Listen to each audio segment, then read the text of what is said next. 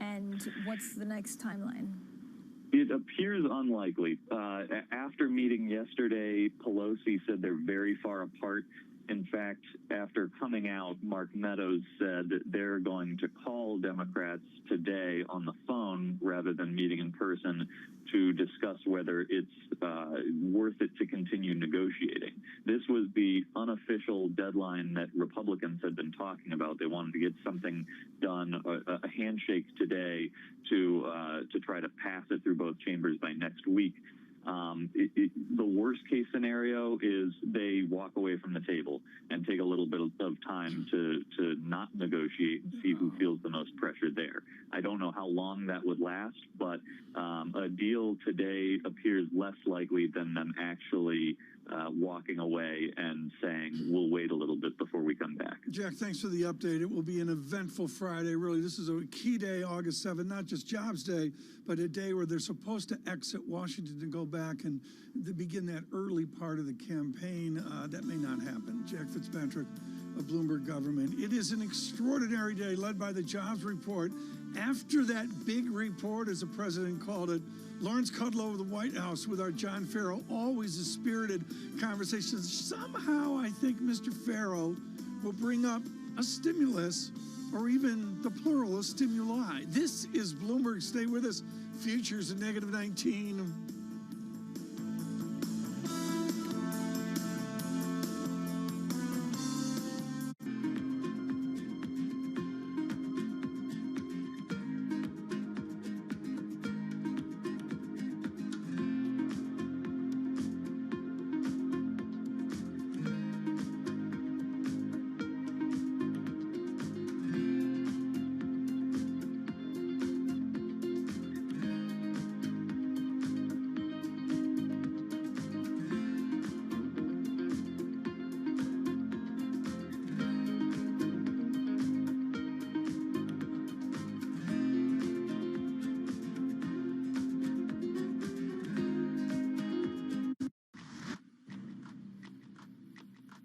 Fiscal policy actions that have been taken thus far have made a critical difference to families, businesses, and communities across the country. And it will take continued support from both monetary and fiscal policy to achieve that. The Fed really can't stimulate the economy very much when people don't want to borrow and businesses depressed and so on. What they can do is make sure we don't have a financial calamity on top of the real calamity, which they've been doing very well and will continue to do. We need fiscal support. It also is a very important step in dealing with inequality. Ultimately, inequality and the institutional biases that are baked into the cake of our economy. I wouldn't be surprised if we did get the scenario Tom and I were talking about, that the market would just take over and drive interest rates into negative territory, even without the support of the Fed.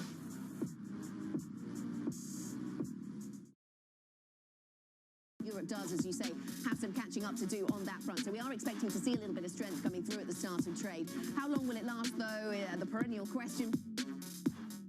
This is a step in the right direction. Perhaps it's a harbinger for more changes in the future, like the completion of the banking union.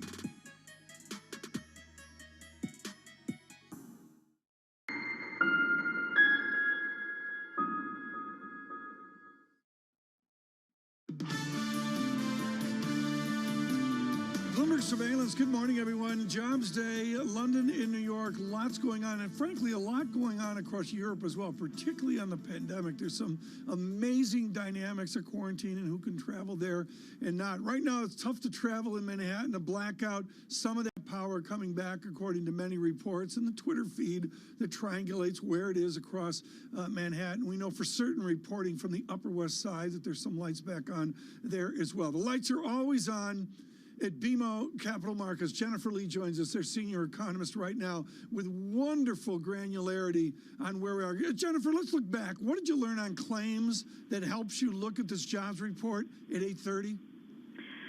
Normally, claims are always a very wonky series no matter what, so it's always important just to look at, the overall trend, looking at the 4-week moving average to see which way things are going. But these days, it's so difficult to make that assumption, especially when you have massive moves from one week to another.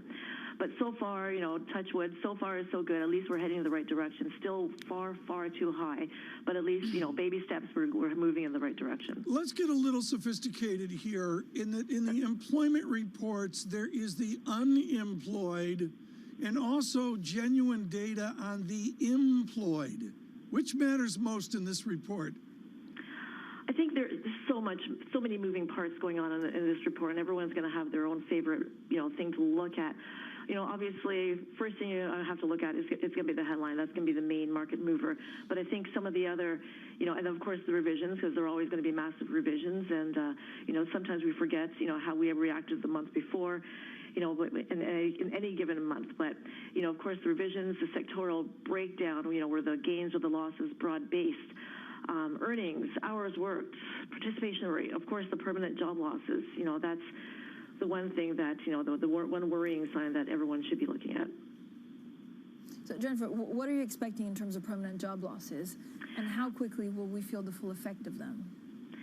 So I think your last guest also mentioned this as well. I mean, you're going to start feeling it almost probably right away when someone's told, sorry, we don't need you to come back anymore.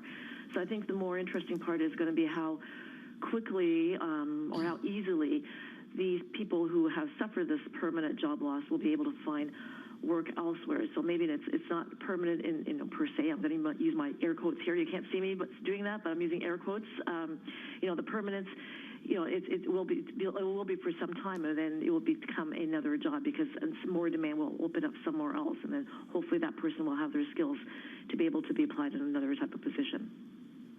Jennifer, how many of these jobs are quality jobs that are being lost? I think any kind of job, I'm going to be wishy-washy and say all of them, I don't think we should be, judging it, if it's full-time or part-time, whatever sector you're in.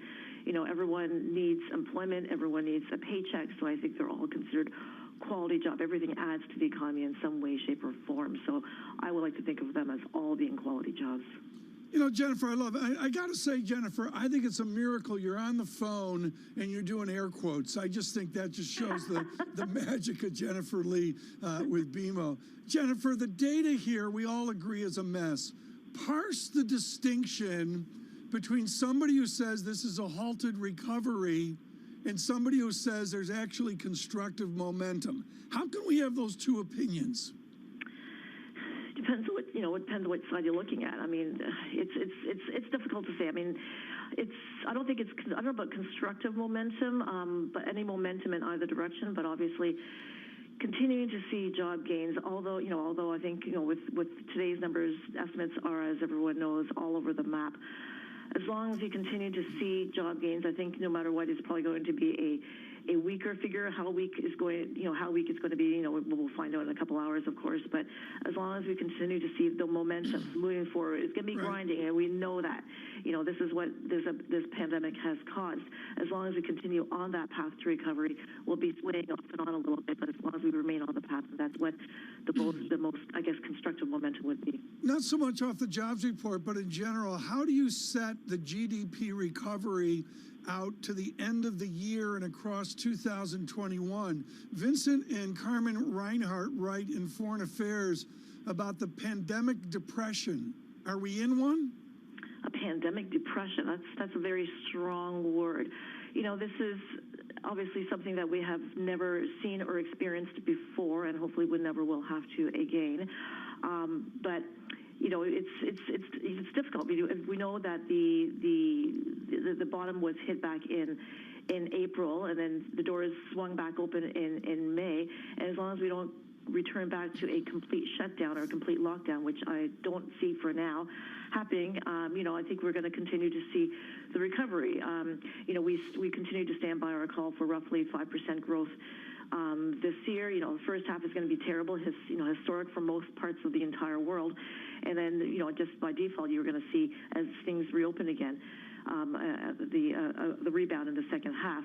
Now, of course, the path of the pandemic is going to be critical to this call. But, again, pending that, or assuming a vaccine will be rolled out, an effective vaccine by the end of the year at the earliest, or at the earliest, or by early next year, we can see growth returning next year.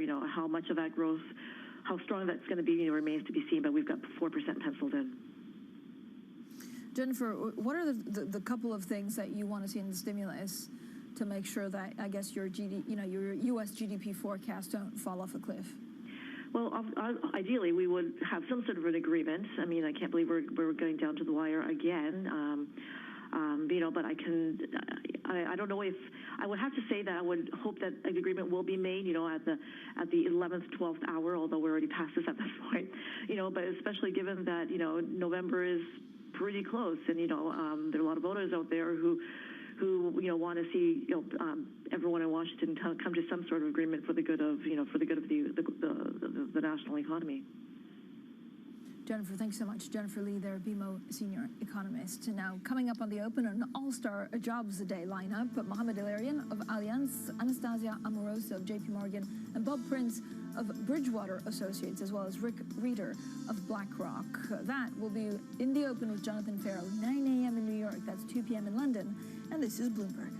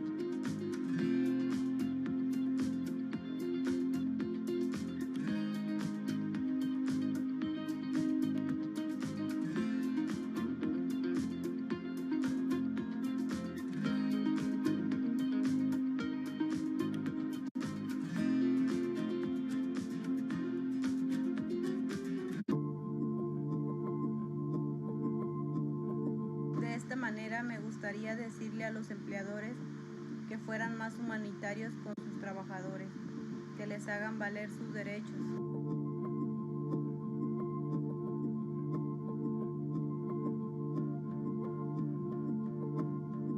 Y estábamos viviendo en dos casas, en unas 50 personas y en la otra otras 50. En cada casa había 5 habitaciones. En cada habitación había de 3 a 4 camas abarrotadas. Vivíamos de 6 a 7 personas. Un baño para cada habitación y una cocina para todas.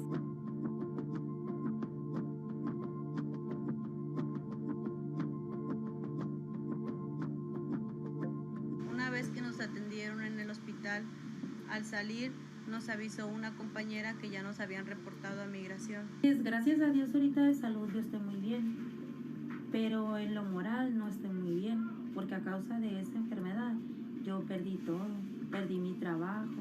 Yo creo que mi caso resulta un gran problema de cómo las personas migrantes estamos en riesgo de explotación por parte de los empleadores.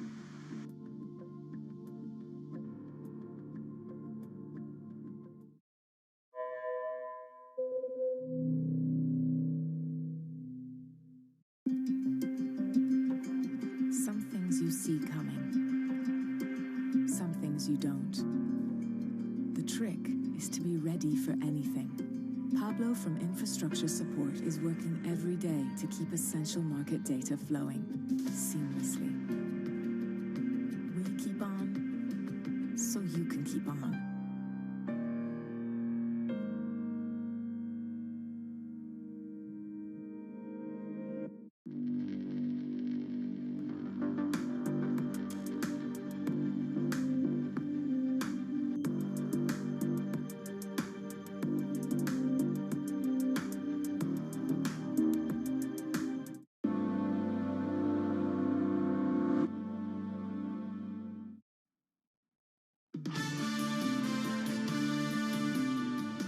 This is Bloomberg Surveillance. I'm Rishka Gupta. Let's get the Bloomberg Business Flash. Microsoft's talks with TikTok remain focused on buying its operations in the US, Canada, Australia and New Zealand. Sources told Bloomberg the two sides haven't expanded the scope of their negotiations. It comes after a Financial Times report that the software giant was pursuing TikTok's entire business. Long the number 4 in the US wireless market, T-Mobile is now officially number 2. Its merger with Sprint has helped the company overtake AT&T to reach over 98 million subscribers. It expects to add up to 1.9 million new monthly customers this year. First placed Verizon has about 119 million customers. And Standard Life Aberdeen has lost its title as the UK's largest standalone asset manager. The firm saw assets under management fall to around £510 billion in the first half of the year.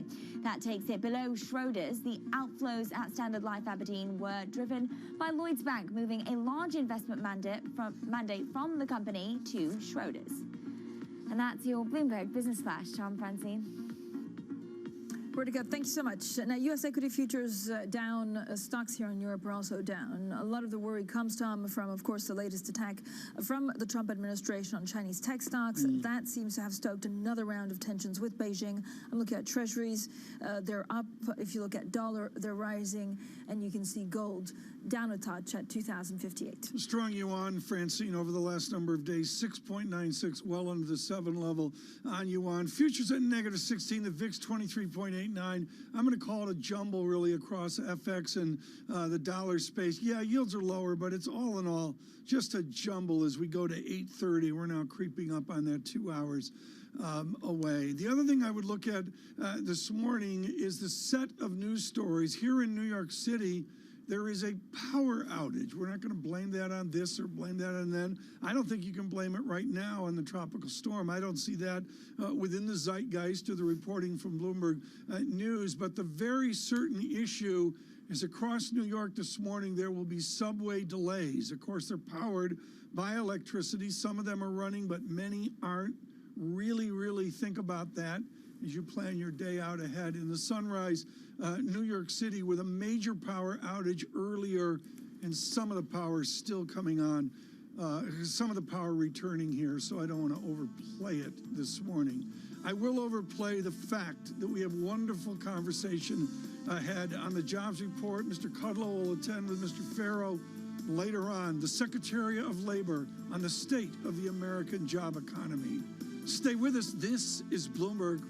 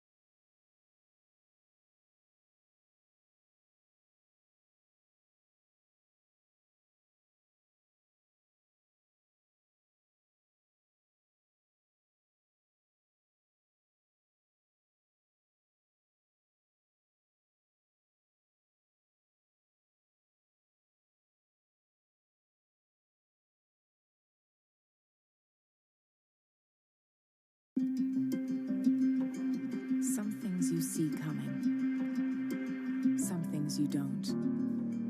The trick is to be ready for anything. John from Infrastructure Support is working every day to keep essential market data flowing seamlessly. We keep on, so you can keep on.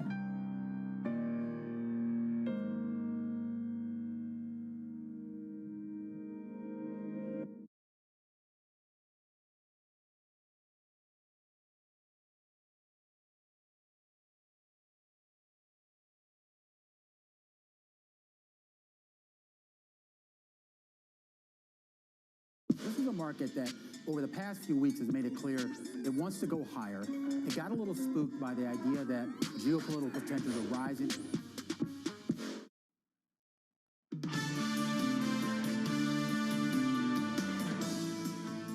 This is Bloomberg Surveillance. Tom and Francine from London and New York. Tom, we've looked at the markets. There were a lot of earnings out there, so it's great to get some perspective with Gina Martin-Adams, Bloomberg Intelligence Chief Equity Strategist. Gina, thank you so much for coming on this morning. When you look at the earnings outlook, they seem to be finally improving, but what can you tell us about what happens going forward?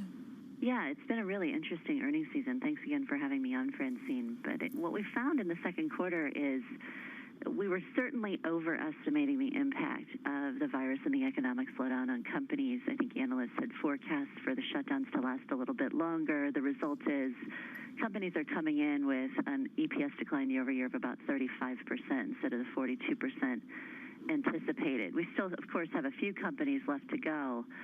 The result of that is because they're beating second quarter, the 2020 estimate is going higher and the 2021 estimate is going higher as well. But it's not necessarily a big increase in the outlook that's driving those calendar year estimate revisions. It's just that the base from 2Q is a little bit higher. So what we can say is companies are still not giving us a tremendous amount of information. The ones that are coming out and giving us guidance are generally guiding a little bit better. But that's, just a handful of companies so far. The other thing I think that's really critical to mention about second quarter earnings season is the beats don't matter to the extent that they have in the past. Even though stocks are moving significantly higher, we're finding it difficult to attribute those stock market gains to earnings season specifically. And that tells you that the risk is not necessarily about earnings right now. It's about policy. Because I do think that the market is trading higher on anticipation of the fiscal policy as well as potentially the vaccine development. So I think that those are probably bigger things to watch in the interim, as companies are kind of still pretty mum. The estimates are not changing materially, and even those companies that are coming in and beating expectations are producing about half the average price gain that they normally do in response to those earnings beats. Gina, where do you see the most value? I mean, what do you do with growth stocks at the moment? Yeah. Well, I think this is a fascinating argument because for the longest time, investors have looked at the difference in the price-to-book ratio between growth and value stocks and said, this is an extraordinary bargain. You've got to get into value stocks. The trouble is there has been no catalyst. And depending upon the valuation measure that you watch, the value is actually quite different. When you look at price to book, for example, certainly you see a tremendous spread between growth and value stocks. You look at price to earnings, it's a completely different story. The premium for growth stocks has actually been cut in half so far this year, and it's back to long-term cycle average. So it's really, again, a story about earnings. What's going to catalyze the rotation into value is going to be some material improvement in the economic outlook, in our view. You've got to get much faster growth expectations. You've got to get some inflation pressure emerging. And you probably have to get interest rates rising to really put a floor under value relative to growth and see some rotation into value. We're just not seeing it right now. Gina, I know you don't look at individual stocks, and in this case, Apple, and in this case, John Butler, who does a wonderful job for Bloomberg Intelligence on this, but we're closing in on a $2 trillion market cap. I just took the log regression from 2003, and basically Apple's on trend over what is a stunning 17-year period, which is mind-boggling. It's a little bit above trend. I'll put the chart out on Twitter here at some point. Gina, what is the trend driver for Apple? Don't give me this Cupertino talk. It's innovation. Is it on trend versus revenue? Is it on trend versus free cash flow? What's the trend element of Apple?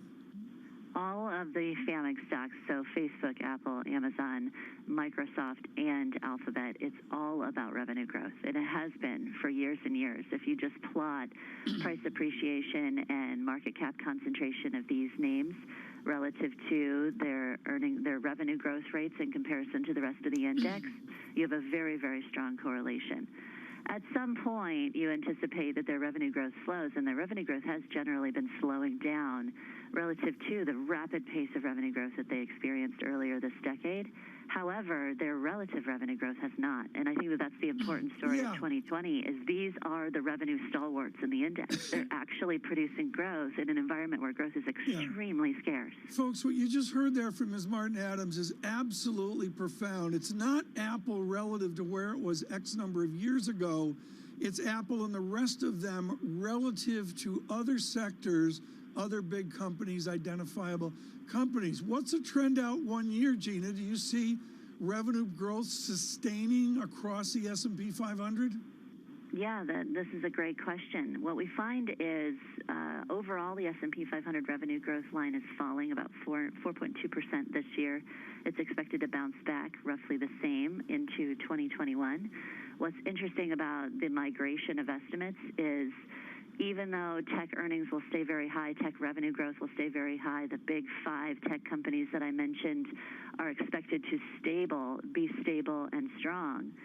We should, in theory, see revenue growth improve most for some of those value-oriented names. We should see the stocks that experienced the value crash, the sort of revenue crash in 2020, experience a bigger bounce back into 2021. What the market is telling you right now is that there is no conviction that that's going to happen. There is no sort of confidence that we are going to see a revenue turnaround in those names, even though that's what we should see. That's what the forecasts imply. That's absolutely not what the market is telling you. Gina Martin Adams, thank you so much with Bloomberg Intelligence. Brilliant work here on equity for her and her entire team as well. Futures negative 16 with our first word news. Here's Radhika Gupta. Thanks, Tom. President Trump is moving to ban TikTok and WeChat in the U.S. He's signed executive orders barring U.S. residents from doing business with the companies. It also applies to TikTok's owner ByteDance, but not to the broader business of WeChat owner Tencent. TikTok says it's shocked by the move and will challenge it. Another round of monetary stimulus is expected from the Bank of England.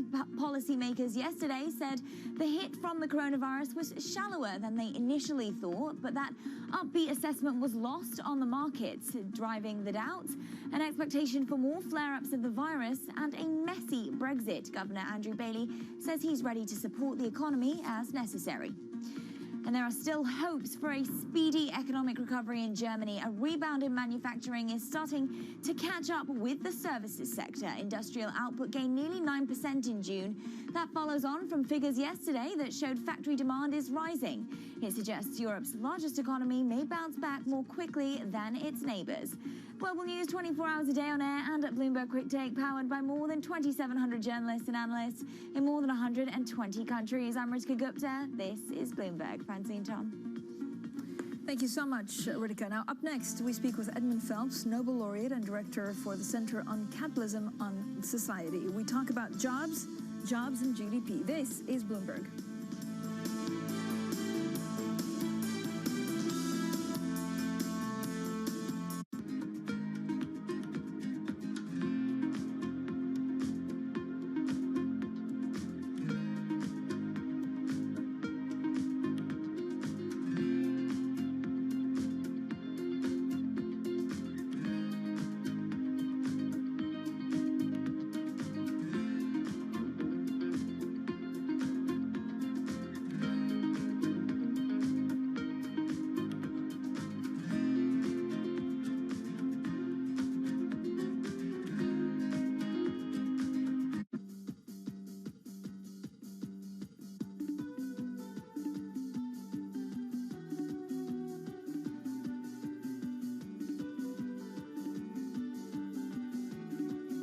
This is Bloomberg Best, your weekly review of the most important business news analysis and interviews from Bloomberg Television around the world. Ken Burns, welcome to Bloomberg Big Decisions. We have always been a mixture of things. We are always stronger for that mixture. Growth is a way to stay competitive, delight more and more consumers. Welcome to the Best of Bloomberg Technology. I'm Emily Chang. They've moved the needle by acknowledging that they have to monitor the content. What is one word of advice you'll take with you? Learn how to listen. And that is certainly something that has served me well. Ankiti, where do you go from here? It's a huge market. It's a huge opportunity. I want to go 100x from here. Our philosophy is to partner where we can and stand apart when we should. True diversification. That's what adding commodities exposure to your stock and bond portfolio can help provide. The Bloomberg Commodity Index is the standard for commodity market exposure. 23 traded commodities are represented: agriculture, livestock, metals, and energy. The Bloomberg Commodity Index is the benchmark most widely used by investment professionals globally. Track your commodity investments with a proven financial information partner. The Bloomberg Commodity Index. True diversification.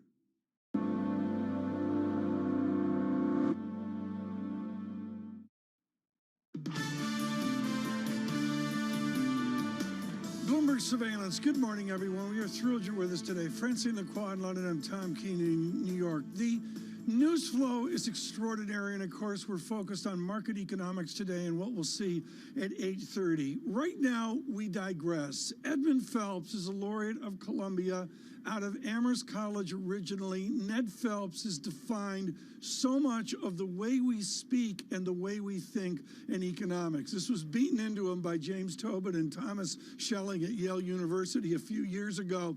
And what is absolutely extraordinary, folks, about Ned Phelps is everybody else calls it in when they're 50. He didn't do that, and his body of work in his later years has been like no one I know. We're thrilled that the professor could join us this morning. Ned Phelps, you own the phrase dynamism. Where did America's dynamism go? Well, it's hard to know where to start, but I'd observe that there's the first thing to say, I think, is that there's just been a lot of corporatism, a lot of the philosophy that the government should control the economy, and the president these days acts like a circus master, cracking the whip, telling companies what they can't do and what they must do. And at the same time, there's a lot of clientelism. There's a lot of influence peddling. Legislators are persuaded to help this or that company. And there's just a whole lot of lobbying. And as a result of as a result of this, we've had very, very slow productivity growth since the early 1970s, and very important in my book, there's been an inexorable decline of job satisfaction. And to the point now where people don't even look forward to most people, not well, this you is and me, so but important. maybe, but most people don't even look forward to going to work. Right, Ned, this is well said. Ned, this is well said. Francine Lacroix and I strongly agree that every day is a chore to come and do Bloomberg surveillance. But with that said, I want to go back to Robert Gordon and your work, which was to find a middle ground for a broad set of America. In our polarization, can we somehow get back to a middle ground that leads to a more dynamic America? Yes, I think we can, and we must. And what we've got to be aiming for is a restoration of the right attitudes, and it's only with that we'll get what we need, which is innovation at the grassroots. People think that innovation comes from the occasional genius, but that's not the way it works. There's zillions of people out there, and the sheer numbers are working for us if people have the right if people have the right attitudes. And what are the right attitudes? Well, a desire to explore, a desire to create, to make a mark, ambition. Now, of course, we do see a lot of ambition in the way of cutting corners and evading regulations and not paying your taxes. We do see that kind of ambition, but we don't see ambition directed towards creating and healthy ambition. Yeah. And Professor. Yeah. Professor, I mean, before we get back to healthy ambition, we're also dealing with COVID-19. How much stimulus, extra stimulus, do we need? And, you know, what would be on your top agenda that Democrats and Republicans need to get through, if not today, next week? Well, I'm not worried about the unemployment rate right at the moment. It seems to me that where we are, if virus doesn't get out of hand, then we're going to be on a long slog back to low unemployment, and this catastrophe that we've been facing has never been a result of a collapse of aggregate demand. It's a supply problem. People can't go to work. It's too dangerous, and so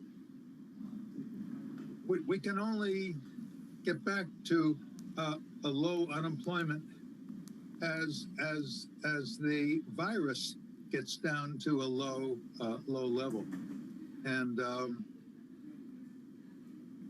but that's one problem. The other problem is, unfortunately, robotization has picked up steam at this very time when the labor market is vulnerable, and you see, like Tyson Foods, for example, as recognizing that it can't expect employees to come together to do the meat packing and give each other the virus. So the Tyson Foods now has robotized a lot of their operations. So Professor, as that sort of thing spreads over the economy, that's going to operate in the wrong direction toward increasing unemployment before things get better. So, you know, do we need to think about retraining? If COVID makes the trends that we were going to see towards e-commerce, towards robotization come quick, you know, much more quick than we thought, what does that mean for the workforce in terms of the skills they need? If they want to have good wages, they're going to have to improve their skills, widen their skills. And that's true. And if that's not working well, what's going to have to happen is that real wages will have to sink to a lower level, so that firms can employ the number of people that it employed before. Professor Phelps, these are thanks so much for joining grim us. scenarios, but I think we have to face the music. Edmund Phelps, thank you, a Nobel laureate and director at the Center on Capitalism and Society, joining us this morning. Now, coming up next, we speak with Dr. Andrew Pekosh, at Johns Hopkins University Bloomberg School of Public Health professor and virologist. He's coming up next, and this is Bloomberg.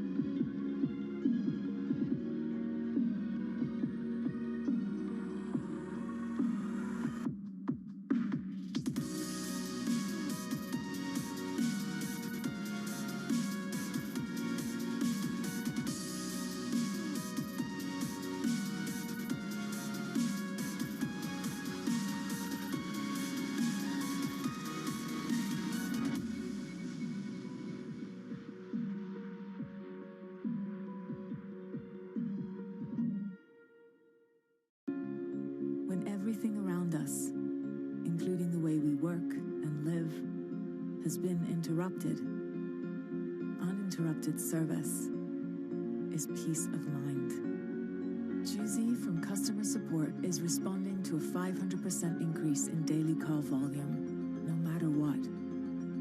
We keep on, so you can keep on.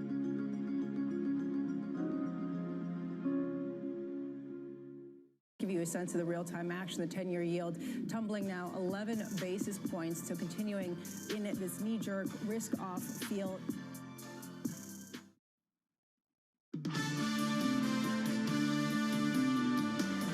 This is Bloomberg Surveillance. I'm Ritika Gupta. Let's get the Bloomberg Business Flash.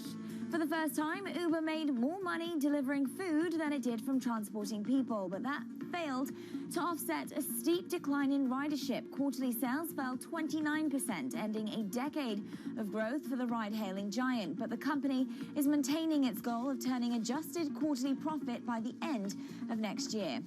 Long the number 4 in U.S. wireless market, T-Mobile is now officially number 2. Its merger with Sprint has helped the company overtake AT&T to reach over 98 million subscribers. It expects to add up to 1.9 million new monthly customers this year. First place Verizon has about 119 million customers. And the world has a new centi-billionaire. Mark Zuckerberg's net worth passed $100 billion for the first time Thursday after Facebook hit a record high on optimism about the release of its TikTok competitor Reels. The 36-year-old joins fellow tech titans Jeff Bezos and Bill Gates as the only people in the world who currently have centi-billionaire status, according to the Bloomberg Billionaires Index. And that's a Bloomberg Business Flash. Tom Francine. Thank you so much, Ritika. Now, as we continue to track the virus, Bloomberg has developed a unique partnership with the leading authority on COVID-19. Johns Hopkins has been at the forefront of the international response, and every day we bring you insight from experts in public health, infectious disease, and emergency preparedness. Well, joining us now is Dr. Andrew Pekosh, Johns Hopkins University Bloomberg School of Public Health professor. Dr. Pekosh, thank you so much for joining us. When you look at the talk surrounding the school openings, what exactly is the guidance? It seems that it's up to every parent in the U.S. and across the world to make that decision without knowing exactly what they're, sending their kids into. Yeah, it's a very difficult time right now because the true risk of going back to schools for kids is still a little bit unclear.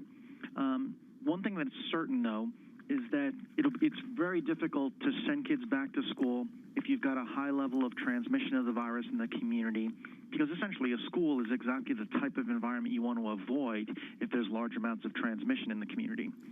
Now, if your community has well-controlled infections and you have good testing and contact tracing in place, then there are perhaps opportunities to open up more aspects of in-person learning.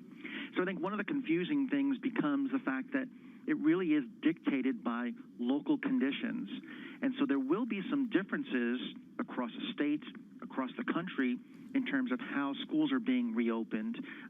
But everybody has to maintain these basic principles of understanding that they have to minimize the risk of transmission in this population.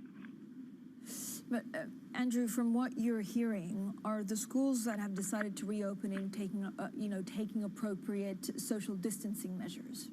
That is the most difficult thing to really put into place.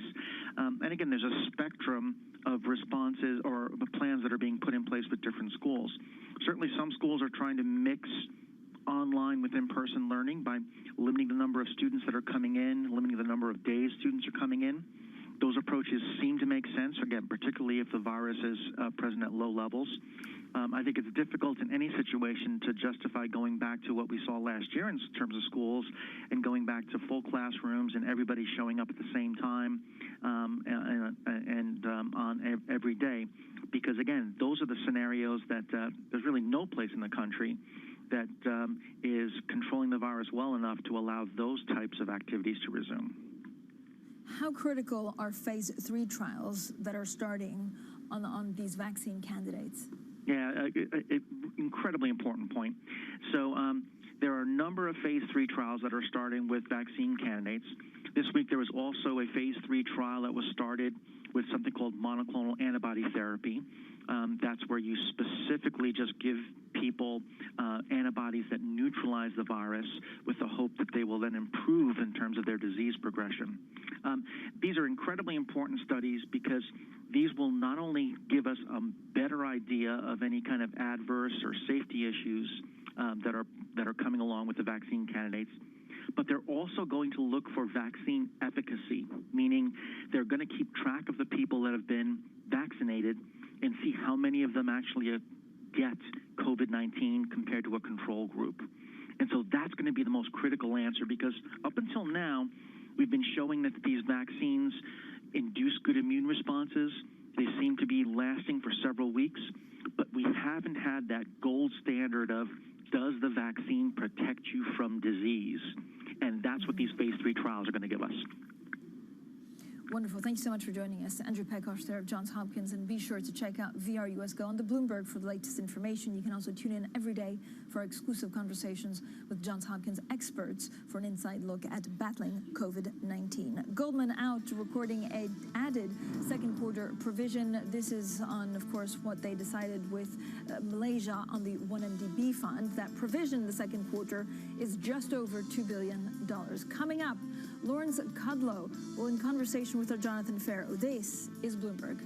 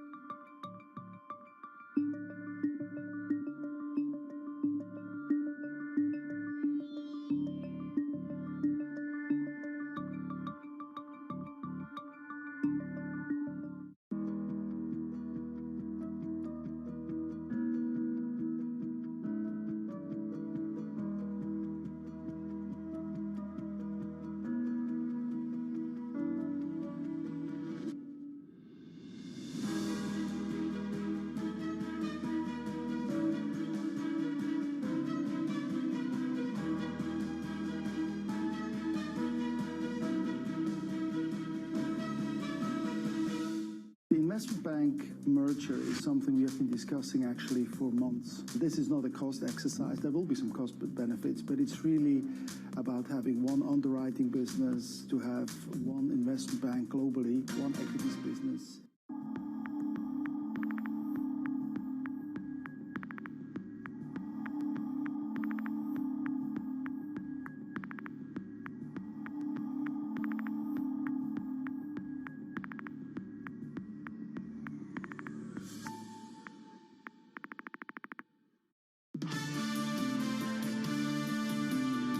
We've started the new economic recovery. It's going to be very bumpy, more of a W-shaped recovery. I think we are certainly in the midst of a slow-moving policy mistake. If you're in a world world where the soon-to-be largest economy is authoritarian and state capitalist, you don't have a global free market anymore. This is an extraordinarily severe crisis, but it is also hopefully a relatively short-lived crisis. This is Bloomberg Surveillance with Tom Keene, Jonathan Farrow, and Lisa Abramowitz. From New York City for our audience worldwide, good morning, good morning. This is Bloomberg Surveillance Live on Bloomberg TV and radio. Alongside Tom Keene and Lisa Abramowitz, I'm Jonathan Farrow. Tom Keene counting down to a payrolls report, the most unpredictable jobs report in quite a while, and it could be highly consequential for the conversation in Washington. No question about it, John. What I would focus on, folks, is the conservative economists are on the same page as the liberal economists. Washington, do something, and do something, John, on this August 7th. 1% away from all-time highs on the S&P 500 coming into this one. Equity futures down 12, off by 0.4%. The data 90 minutes away, Lisa. Yeah, we're going to be getting that at 8:30 a.m. The U.S. July jobs report. This is backward looking, and it only goes through the first half of July before the virus really started to reshutter some of the businesses. However, to your point, very inconsequential for Washington, D.C., how much urgency there is for the negotiations about that second round of fiscal support. 9:45 a.m. I hear that someone's going to be speaking on Bloomberg Television, National Economic Council Director Larry Kudlow, with some guy who's on TV at that point who will question him on all these things. Guys. Appreciate the promo. It's a good John one. Farrow will be having his conversation with Larry Kudlow, which is always wonderful to watch. You should tune in. And then on Saturday, tomorrow, Berkshire Hathaway reporting earnings. Really interesting to see what they're going to do with their $137 billion cash pile. But also, John, this is a microcosm of the U.S. economy. If you look at their portfolio companies, interesting to hear any guidance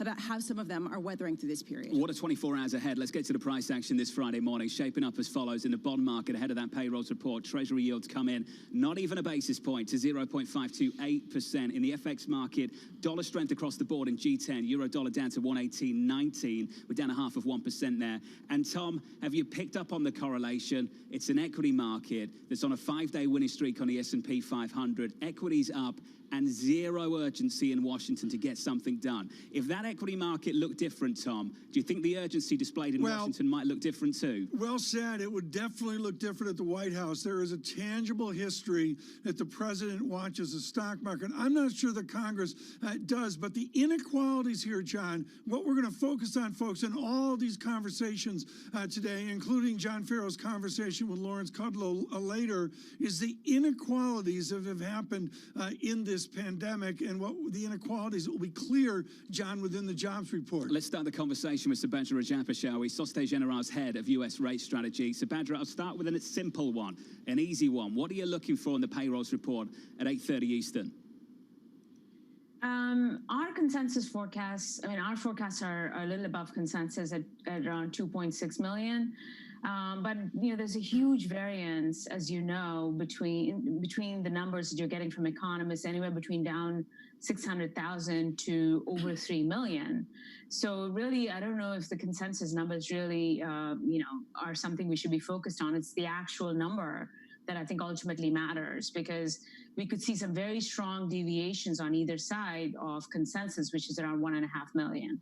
Subhadra, what I find fascinating is conservative economists are on the same page as liberal economists. Washington has to do something, and they have to do that about the apparent inequalities in jobs. How much is this jobs report going to show a skewedness towards the have-nots, the poor, the working class really struggling, while an affluent service sector still does well? Well, I think that's been really the story of this post-COVID unemployment, picture, is that it's been sort of the lower-paying service jobs that have been the most affected. I think women have lost a lot of their jobs. So I think that's really that's the ongoing theme, because these service jobs are very dependent on businesses being open. For instance, I can work from home, but a lot of people cannot.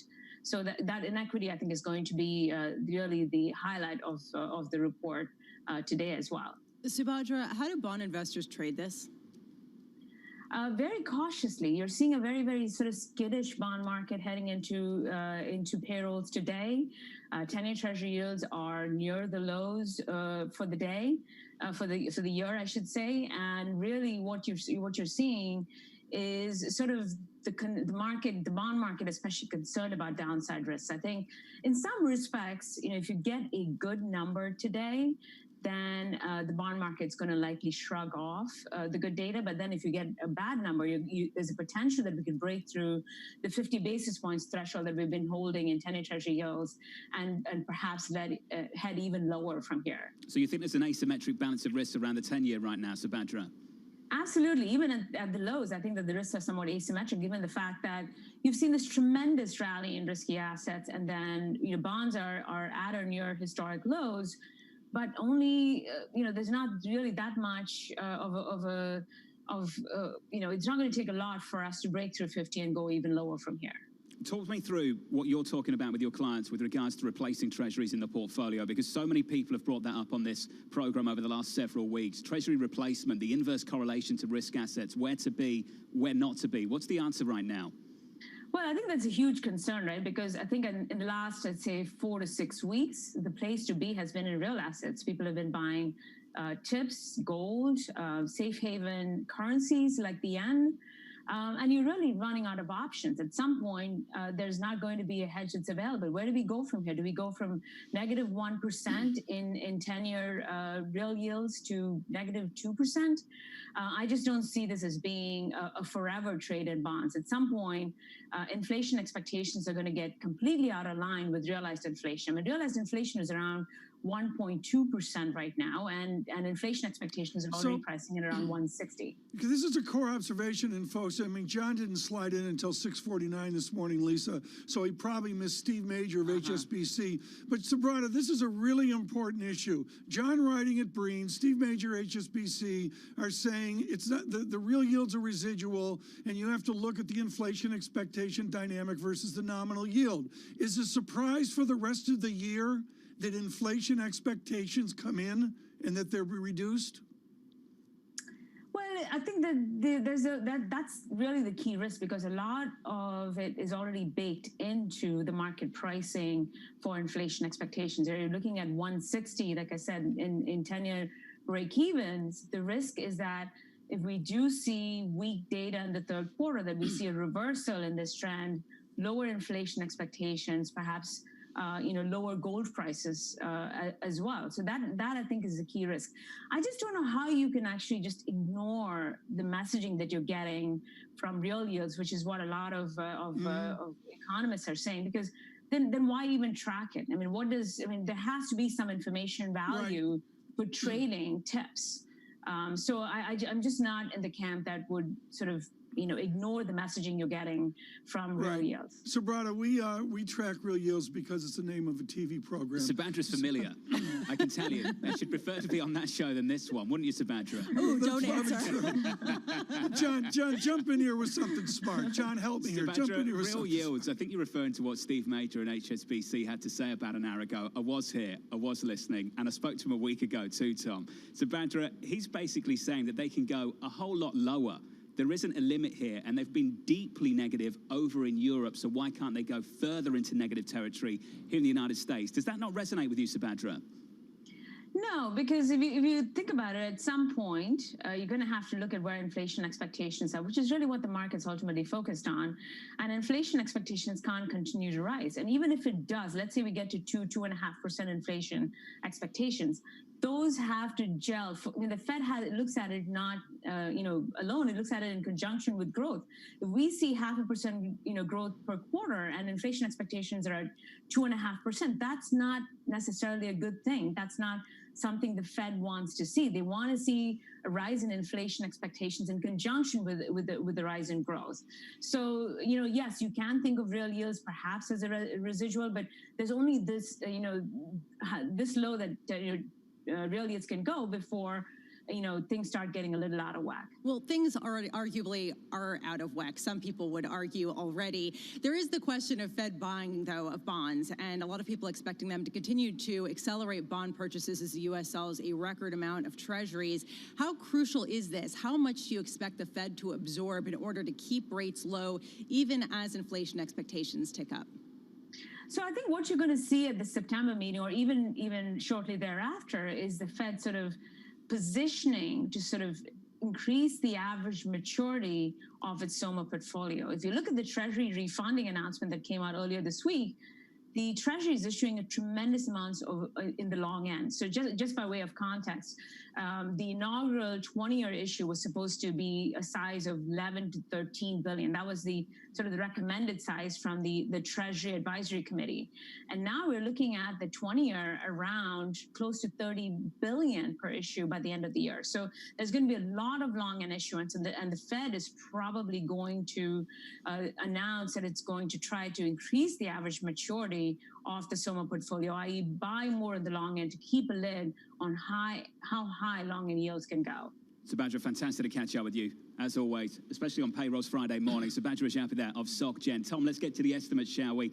Payrolls, the report, about an hour and 20 minutes away. The numbers as follows. The median estimate in our survey, 1.48 million in positive territory. The high, 3.21. The low, negative 600K. The range, just incredibly wide, Tom. We've talked about it all week, incredibly unpredictable going into this print. There's a standard error, John, and it's widely understood with that huge 150 million job population of America that the standard error always is wide. Now, I would say, John, it's not even correctly called a standard error. It's just mystery. Tom, do you think it changes the dialogue down in Washington at 8:30 and a second after when we get that payrolls print? Do you think in some way, shape or form it changes things? No, I do not. And I think Mr. Kudlow will be more than interesting today, John, to see if it changes the dialogue at the White House. There's a difference between the conversation at the White House and the conversation of those disposing on Capitol Hill. You may get a change from Mr. Kudlow. Looking forward to that conversation. 8:30 Eastern, we get the jobs report. 1 hour later, we catch up with Larry Kudlow, the National Economic Council Director on Bloomberg TV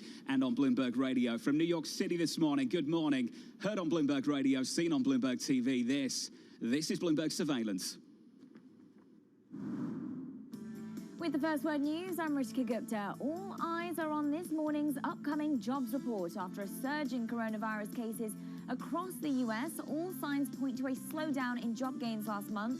Or worse, today's employment report is forecast to show a 1.48 million increase in non-farm payrolls in July. That's following a combined rise of 7.5 million in May and June. The unemployment rate is projected to fall to 10.5%. That's still triple the pre-crisis level from 11.1%. Negotiations on a new coronavirus relief bill are edging towards the brink of collapse. A meeting Thursday between White House officials and top congressional Democrats ended with each side accusing the other of being unwilling to compromise. The main sticking point is the top line number. The Democrats want $3.5 trillion of aid. The Republicans want $1 trillion.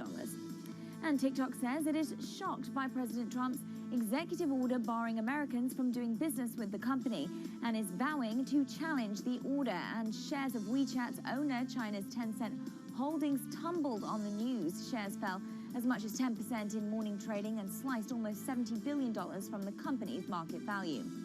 And a grim milestone in India. Health officials say the country has surpassed more than 2 million coronavirus cases. More than 41,000 Indians have died.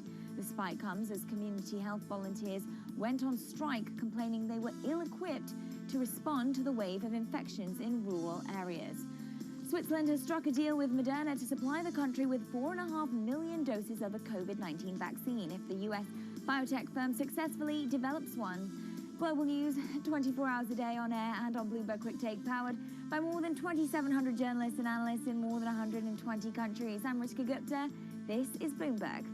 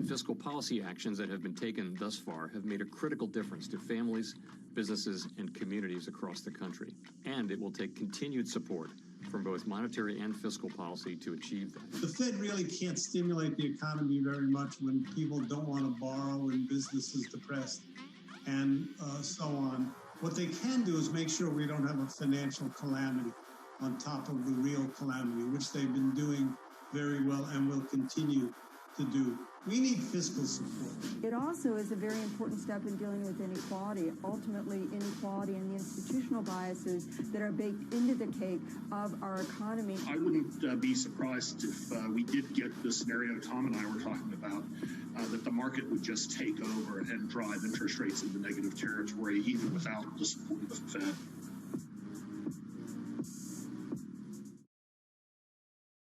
The Boston Symphony Orchestra presents BSO at Home. While you stay inside, enjoy a curated collection of archived concerts and behind-the-scenes stories from BSO musicians. BSO Homeschool provides lessons for music lovers of all ages. New performances and messages from musicians are added regularly. Enjoy these selections and much more at bso.org/at-home.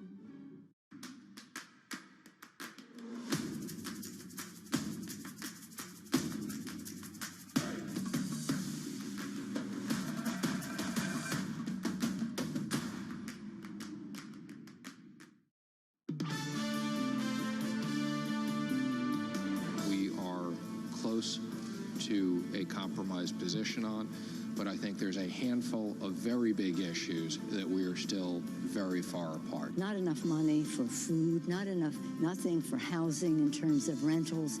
A moratorium, that's nice, but it's not money for rent. We're very disappointed in the meeting, but we urge our Republican colleagues to come back and continue to negotiate. Mnuchin, Pelosi, Schumer on Capitol Hill as talks break down going into the weekend. From New York City this morning, good morning. Alongside Tom Keene and Lisa Abramovich, I'm Jonathan Ferro. Your price action shaping up as follows. About 1 hour and 12 minutes away from the jobs report, 2 hours and 12 minutes away from the market open. Equity futures, we're down 12 points in the S&P 500. We're off a third of 1%. Tom, let's just stop the check right there. There are no talks scheduled on Capitol Hill today to resume fiscal negotiations. We have a completely unpredictable jobs report in about 1 hour and 12 minutes. We're 1% away from all-time highs, and a market that's barely adjusting this morning. Well, well, the market's churning here, waiting for the data, and then with a vengeance, it'll move off whatever we see. What we see here, folks, when we see this on Bloomberg surveillance every single day, is the right and the left economists are on the same page. Al Broadus, the former president of Richmond, is on the same page with the wonderful Paul Krugman, the laureate from the New York Times. Krugman says, how can this be happening? Kevin Cirilli, let me ask for Professor Krugman. In Washington, how can this be happening? It's the system and the city as a whole, collectively, and the culture that has led specifically to this point of a stalemate, with both sides feeling that there's no political willpower to go with and make a compromise. Compromise in this town has become such a dirty word. Beyond that, yesterday I spoke with one well-placed source who is very close to the White House, who told me essentially that they're looking at the end of this calendar year beyond the election, and they are well aware of the economists who are predicting that massive furloughs, massive layoffs would likely be in the pipeline in the fourth quarter of this year. And so this stalemate is even more perplexing when you look at all of the economic data. And of course, we're just quickly approaching another indicator. But when you look at that juxtaposed with the inaction coming from the nation's capital, it's going to lead to a palpable anger over the next 3 months. Kevin, is 1600 Pennsylvania Avenue looking into next year in a minority Mitch McConnell? They are looking into the sense of what can they do in the immediate short term to pressure lawmakers in both parties to get to some type of an agreement. They're looking from the perspective of the executive orders as it relates to unemployment benefits, eviction moratoriums, and student loan debt as a path that they can take. But the perception amongst the rank and file Republicans is that Secretary Mnuchin and Leader McConnell represent two polar opposite ends of the Republican ideology at this point and are looking at two different constituencies in their negotiations. Kevin, for a threat to be credible, we've got to have a credibility test. The president is threatening to go it alone and use executive actions. I have no idea how long he's willing to wait before he does that. And if he believes he can make a difference, why doesn't he just do it this evening? What's the deadline for him to turn around and say, I'm going it alone? I think you will see the president be able to take that in the relatively short term. I think if you, it will, you know, I think the economic data that could come out could actually, Jonathan, really impact the timeline of those executive orders. The president tweeting yesterday, signaling that his staff is still very much working around the clock on those executive orders, which would signal potentially some last minute. We're in the last minute stages of those executive orders potentially coming down the pipeline. But in terms of where this goes beyond that, it would allow for Secretary Mnuchin and Leader McConnell to continue to try to bury in their camps for negotiations with Speaker Pelosi. And that's the important point here, Kevin. Basically, there is a time limit on how long any executive order could actually be in effect, because President Trump would be tapping money unspent from the CARES Act, I believe, because the power of the purse, as Tom has mentioned, lies with Congress. How long would negotiators from the Republicans and the Democrats have if President Trump were to enact this executive order before they have to come up with something to replace it? They could go long. I mean, because when you're talking about an extension of unemployment benefits through mid-December, that's still economic relief that's being provided to folks. And I think even beyond that, I think that this is not even the final fight. I mean, you look at the fight that lawmakers, once there is a vaccine, that lawmakers potentially could have as it relates to big pharma with PBMs that's coming down the pipeline. You look at the infrastructure battle that the president still wants to have before Election Day. This is not even the fourth quarter. We're still in the second quarter in terms of actually contentious fights here. Right. And so that's why it's even more perplexing to see the inaction coming, because they're not even at the halfway point. John from AC Milan emails in, Kevin, and asks, Lawrence Kudlow is still believing in a V-shaped recovery? I mean, he's a public official, and he's got to spin the spin out of the White House. Are you telling me the White House still believes in some form of GDP recovery? If they believe, I mean, based upon my reporting and conversations that I have, they believe in a V-shaped recovery between now and November 3rd. But the span, if you zoom out on the Bloomberg terminal, then that's when it levels off at the end of after November 3rd, and that's when we're hitting the fourth quarter, when because of the inaction in Washington, these companies are going to have to make furloughs and layoffs. John, do you see how cynical he's become? I know. I'm an optimist. No, I totally push back on that. I'm still an optimist. Realist. DC is just slowly killing its soul. No. Kevin Cirilli, great to catch up with you, sir. Happy Friday. Bloomberg Chief Washington correspondent. I don't think it's a happy Friday for anybody this morning. No. Tom Keene, the V, I hate it. It's a marketing device. It's all about optics. A true V is to replace lost output in the same time that it took to lose that output. So if it took 2 months, you replace it in 2 months. You bounce back just as quickly. There's no V. In fact, the most constructive view on Wall Street right now is that we recover everything we lost, maybe by the back end of 21. You go to a new level below. Dr. Alarian and John, I believe Mr. Alarian's with Bloomberg TV at some point today, where instead of a V, you get the square rooty thing where you go flat for a while. That's not the point. The point is the tangible suffering that is evident. It'd be something if it wasn't evident. It's tangibly evident. Well, let's get to the stupidity across this of nation. the V for the labour market, Tom. We had a 3 handle going into this mess on unemployment. Are we going to have a 3 year end? When do people think we get back to 3-4%? We'll take a 6 right now, but we're not going to get Everyone needs to get real. It might be 10 at the end of today, perhaps. Maybe lower. I think that would be fantastic. The Fed's at 9, there and abouts, year end, Tom. Who's at 3-4%? No one. It's a ridiculous conversation. You might recover lost output quickly, maybe into 2021 somewhere, Tom. But to fully recover this labour market, let's face it, that's what matters for the people to make up the data, right? It's going to take ages. And again, you know, the claims number yesterday was a little bit better, but John, it's the level that it's at. It's like the bathtub. Are we looking at the flow in the bathtub, or are we looking at the water in the bathtub? And the water in the bathtub right now isn't very good. We'll continue the conversation with Ellen Zentner, Chief U.S. Economist for Morgan Stanley, joining us very shortly on this program. Counting you down to the payrolls report, 1 hour and 5 minutes away. Equity futures down 0.4. This is Bloomberg.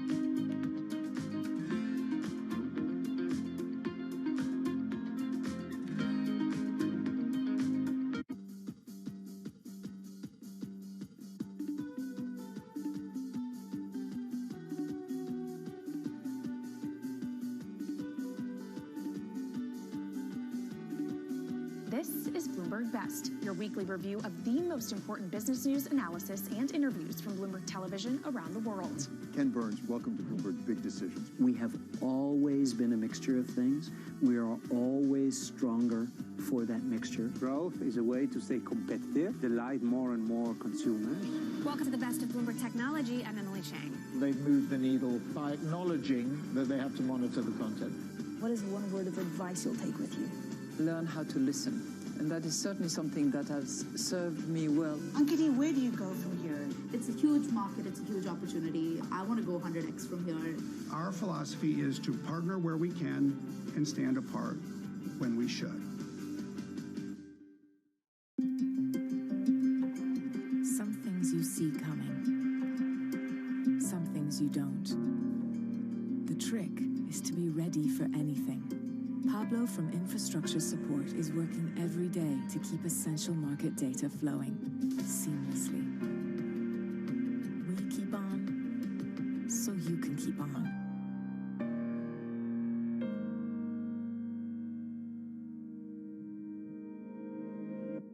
We know it's a pandemic, and we want to be very responsible for pricing. We plan to underprice this vaccine for its value, especially in the pandemic phase.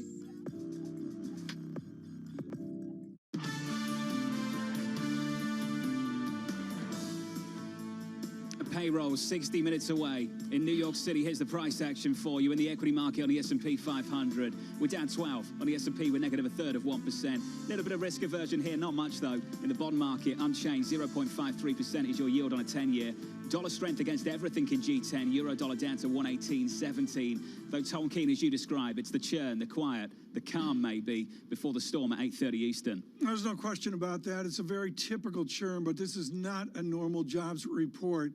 It is one thing to do the game of market economics and get it right 1 year, 2 years is rare, 3 years never.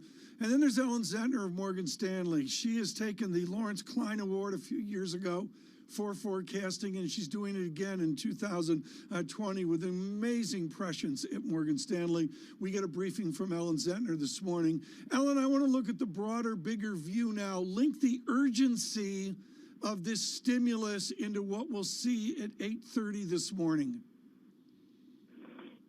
So here's the urgency, trying to stem the bloodletting that has already begun from household balance sheets. Congress passed an important deadline to extend the unemployment benefits, and they're still working on it. And we do still believe that they're going to pass something, but households are already going to be without that income for the better part, if not all of August. So you stripped a big chunk away. Yeah, well, in your tenure at Boulder, Colorado, possibly you wandered by the sink, which is a microcosm of how we all think about this jobs report, in that the bars are closed. They're doing takeout at the sink in Boulder, folks, but not much more. Do you buy the idea, Ellen, it's about these narrow transportation, restaurant sectors that are in depression, or is this a broader job slowdown? Well, it's absolutely broadened out. I mean, in the beginning, yes, it was all services. It was all services, and that's where the job loss and the business closures were coming from. But it didn't take very long before it broadened out to all industries. I mean, this is a downturn. Regardless of the cause, it is a deep downturn. And so it is unthinkable that regardless of the amount of fiscal support we get, that we would not have to make adjustments. So what we can see in the data, in the claims data, in the jobs data, is that the job loss a few months ago broadened out to all industries and will continue to hit all industries as these painful adjustments have to be made. Ellen, you've done a tremendous job, along with the team at Morgan Stanley, again and again and again over the last couple of months, of accurately gauging where this labour market is heading. Ellen, what have you done and what have you changed in your approach to understand that huge churn beneath these headline numbers?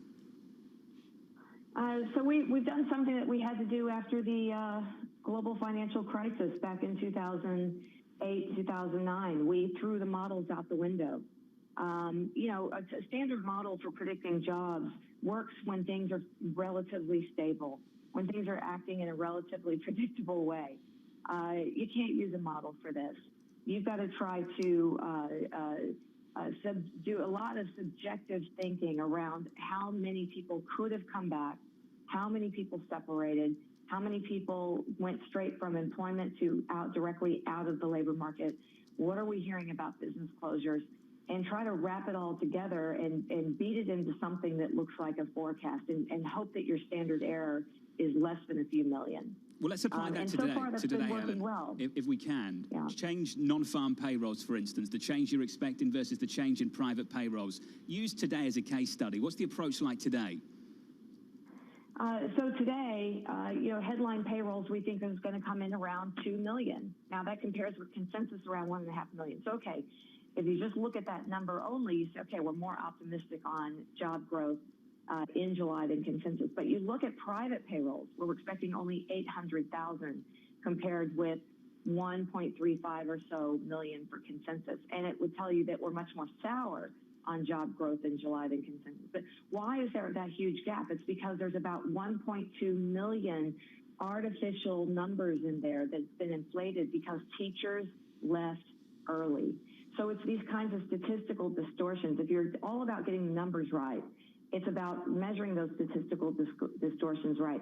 And what we also have to recognize is that upward bias in the July numbers reverses in August. So that becomes a negative in August, and that's something that we'll be building into our numbers next month. But what's the story here? The story is even 2 million on the headline. That's less than half of the pace that we created in June. That's the story.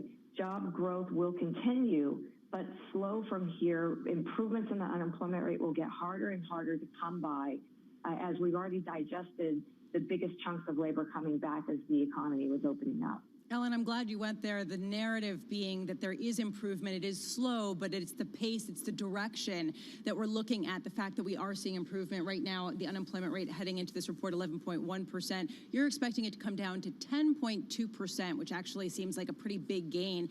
Is that going to peak out? I mean, how much will that come down with the remaining months of 2020?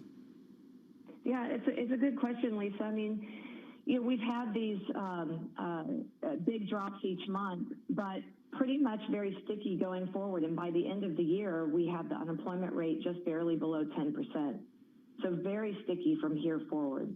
And by the end of next year, we still have it falling, but to 6.5%. That's still 3 percentage points above where we were going into this thing. And it's just the labor market always takes much longer to repair. And in this case, because of dislocations, technological advances that will be accelerated, industries and folks that have just dropped out of the picture here, it'll take a while, quite some years, to get back to that 3.5%. Looking under the hood, what are you looking for in order to gauge the composition of jobs that are being lost or created? How important is that in today's payrolls as well as going forward? I think one reason why it's important for us to look under the hood is that we've done this work around life after COVID. A big study that we did with all of our equity analysts and our macro strategists. And looking under the hood will help us determine, are we right on some of these trends that we think that will be accelerated, which means jobs will be growing over time in those areas, and areas where we think jobs will be shrinking over time. And so really this high frequency data on the labor market helps us gauge, are we on track for that? Because there are some positive things about the labor market coming out of this that we also have to be aware of, right? People are working from home more. What does that mean? We should see women's labor force participation rates start to repair post-COVID and start to increase because of those increased opportunities. Disabled community be able to participate more fully in the labor market. These trends have been accelerated. The deliveries and those industries, right? Those should be expanding. Healthcare should be expanding. Technology within all sectors should be expanding. So we want to be sure that we're on track for those kinds of trends so we can understand what does life after COVID look like. Ellen, these talks down in D.C. are breaking down. Things do not look good in Washington. If we had congressional hearings today and you were sitting in front of some of these congressmen, what would you say to them right now, Ellen? John, I would hope that I would say something that they already know, that this is extraordinarily urgent, that people, that the only way they've been plugging the hole in income is through fiscal support, that most of them don't have the opportunity to find a job right now. And this is not the time to pull fiscal support away, or else we suffer longer-term damage to the economy. I'm not sure that they don't already know that. And we do think that we'll continue to move toward passing legislation, but I think we always tend to have these heart attack moments before major legislation is passed. And so, this type of what looks like a collapse in negotiations tends to be a part of the negotiation. So I do still think that we get something, let's say, hopefully next week, but the longer it takes, the longer folks go without that income before, yes, it's back paid. Maybe markets can look through that because they know eventually it will be back paid. The households still have to meet obligations, and it's going to be a tough and volatile summer. Ellen, a very important question then. With this caution and the mystery again that we see today, and frankly the data for it as well, could the great surprise of the end of the year be a disinflationary tendency where presumed inflation expectations are lowered? Yeah, well, of course, that's always a possible outcome. And it's something that's probably not far from something that the Fed would expect. Given their own forecast that inflation doesn't move from here, you would expect that inflation expectations wouldn't move either. But there's a lot the Fed's going to be doing before then to try to lift inflation expectations. We have a forecast for inflation well higher than consensus, well higher than the Fed by the end of the year. Now, some of that is just the unwinding of some of the bizarre, depressing effects that came out of COVID on inflation that are unwinding by then. But I think at this point, the uncertainty bands around where inflation goes are so high that it could very well be much higher than today alongside inflation expectations, or much lower. The latter, of course, is what would beg more monetary policy response. Ellen, brilliant to catch up, as always. Ellen Zentner there of Morgan Stanley ahead of this payrolls report, which comes in about 50 minutes' time. A headline coming out of Turkey, Tom, from the Turkish President Erdogan, saying Turkey firmly up on its feet regarding FX reserves. If we can get an intraday chart of dollar lira up, you can see dollar lira rolling over. Tom Keane, that is a stronger Turkish lira. At risk of being an EM tourist right now, my interpretation of what's happening at the moment in the FX market, Tom, it's what he's not saying. Typically, when the Turkish president weighs in, he lashes out at the interest rate lobby. He leans on the central bank not to hike interest rates, maybe to cut them. We're not hearing that kind of language from the Turkish leader right now. I looked at the charts, and very simply here, it's a massive cover off of the bullish, the weaker lira certitude of the last 2 or 3 days. But you're precisely right, John. This is about greater politics, the Mediterranean region. He mentions Greece, and very, very little here about what the market's screaming for, which is a shift from a major growth-oriented policy back to the responsibility of interest rates appropriate for the fragility of the economy. They're not there yet. I will say he's only been speaking about 15 minutes as far as I understand, Tom, so it might change. That might change. But this is the direction of travel right now. Alongside Tom Keane and Lisa Abramowitz, I'm Jonathan Ferro. Coming up on this program, looking forward to a conversation on the equity market with Savita Subramaniam of Bank of America. With the NASDAQ on a 7-day winning streak, the S&P 500 on a 5-day run of gains, just 1% away from all-time highs on the S&P 500. Coming into the opening bell this Friday morning, we're down 14 on the S&P 500. We are down by 0.4% as we count you down to a payrolls report highly unpredictable and the range of estimates incredibly wide. From New York, this is Bloomberg. With the First Word News, I'm Ritika Gupta. President Trump's move to ban Americans from doing business with Tencent Holdings' WeChat app rippled through Chinese markets today. The internet giant lost nearly $35 billion in market value. Trump's order on WeChat came after a similar move against ByteDance TikTok. The White House claims the viral video app is jeopardizing national security. TikTok says it is shocked by the order and is vowing to challenge it. Hong Kong will offer free virus tests to all of its more than 7 million residents. Chief Executive Carrie Lam said today the government is hoping to test 400,000 samples a day. Hong Kong is hoping to identify silent virus carriers. Mainland China will help with the testing, but Beijing's offer has been complicated by deep political mistrust after Beijing imposed a national security law on Hong Kong. A coronavirus outbreak on a Norwegian cruise ship is spreading. Norwegian health officials say there are now more than 62 confirmed cases following the outbreak on the MS Roald Amundsen. The ship's owner halted all cruises, and Norway closed its ports to cruise ships for 2 weeks. But officials worry that passengers who disembarked along the ship's route may have spread the virus to local communities. And in Beirut, rescue teams are continuing the grim task of recovering bodies. A massive explosion sent a wave of destruction through Lebanon's capital Tuesday. Nearly 150 people were killed and more than 5,000 were wounded. The blast was apparently caused by ignition of more than 2,700 tons of ammonium nitrate that was improperly stored. An investigation is underway. The world has a new centibillionaire. Mark Zuckerberg's net worth passed $100 billion for the first time Thursday after Facebook hit a record high on optimism about the release of its TikTok competitor Reels. Global news 24 hours a day on air and on Bloomberg Quick Take, powered by more than 2,700 journalists and analysts in more than 120 countries. I'm Ritika Gupta. This is Bloomberg.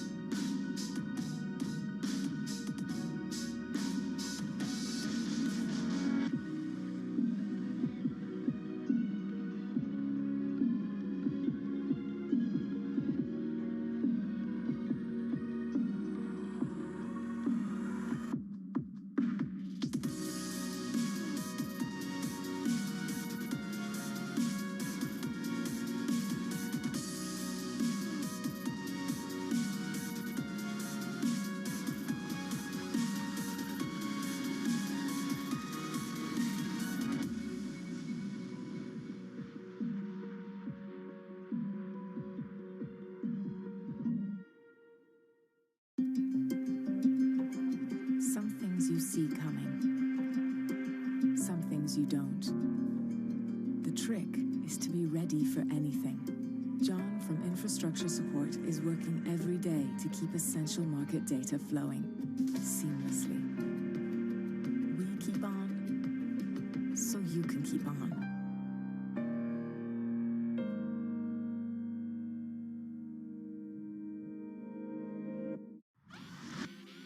The volatility in the first two quarters were quite exceptional this year. Part of it is participating in the better market opportunities that have existed in the second quarter, and we do expect a normalization of that. The situation out there is still very challenging and very difficult to predict, so we should never be complacent. Well, it's really a reminder, isn't it, just how sensitive the markets are to any commentary about trade. We did see some pressure on the yuan, we did see some pressure on the futures. That is now being reversed.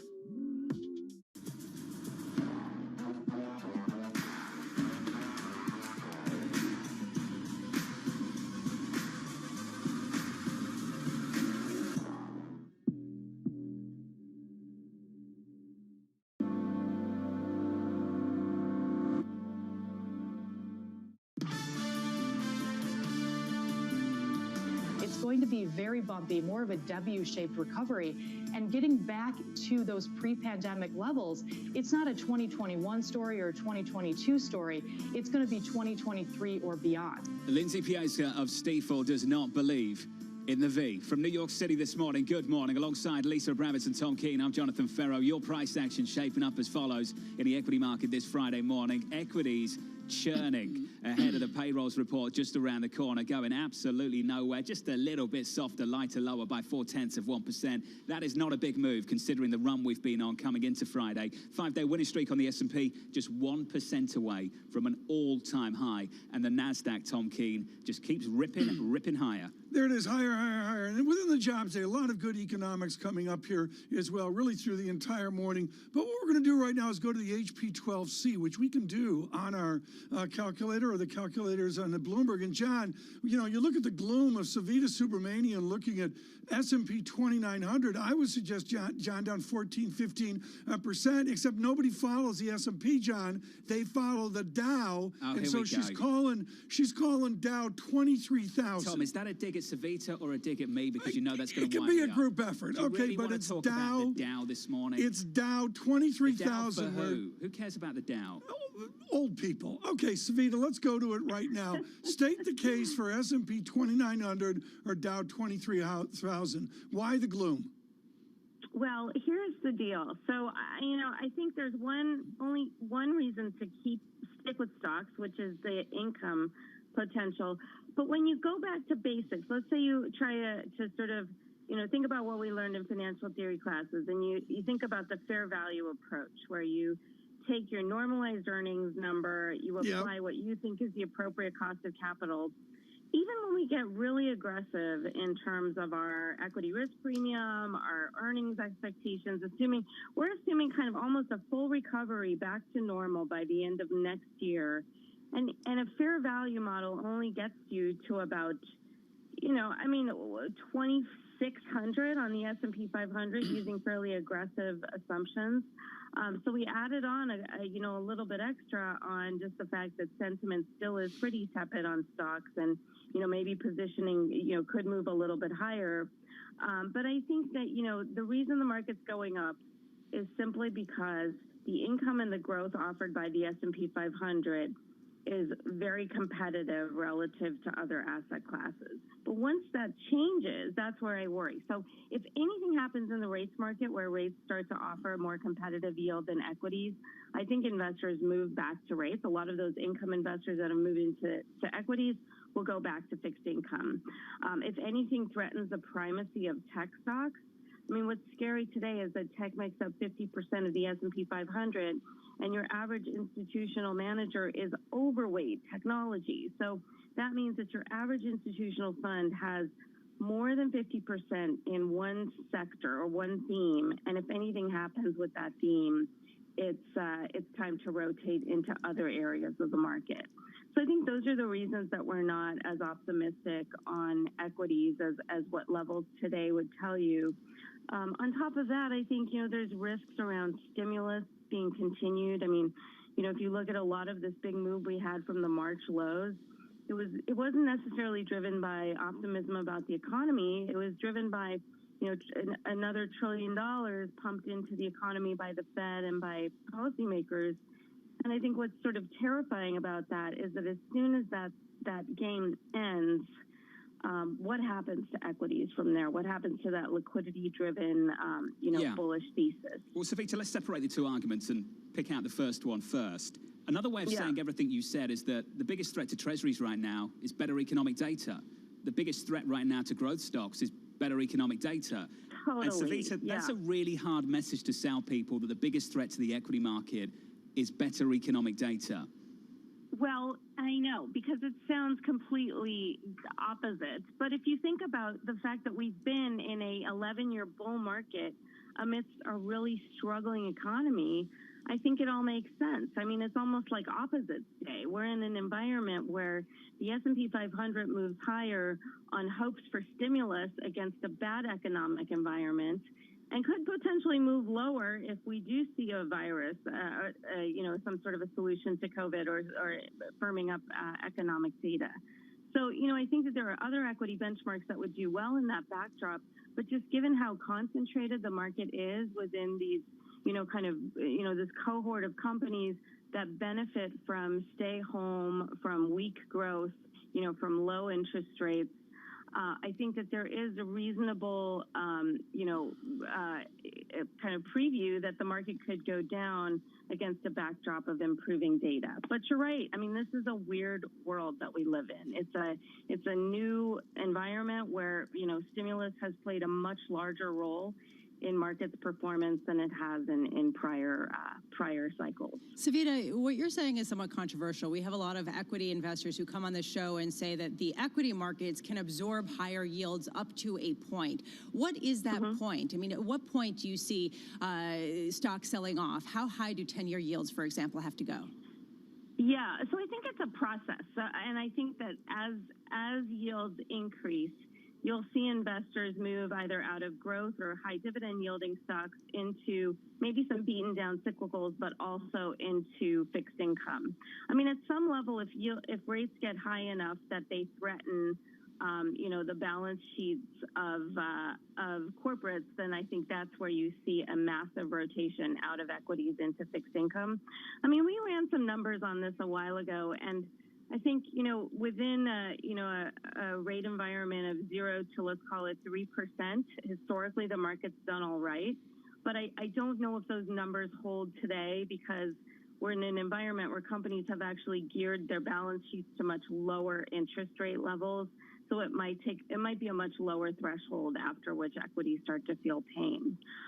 But I do think it's a process. As we see interest rates increase in other areas, your income investor who's looking for, kind of safe, reliable income is more likely to just slowly shift out of equity yield back into bond yields, the same way they slowly shifted out of bond yields into equity yields as rates fell.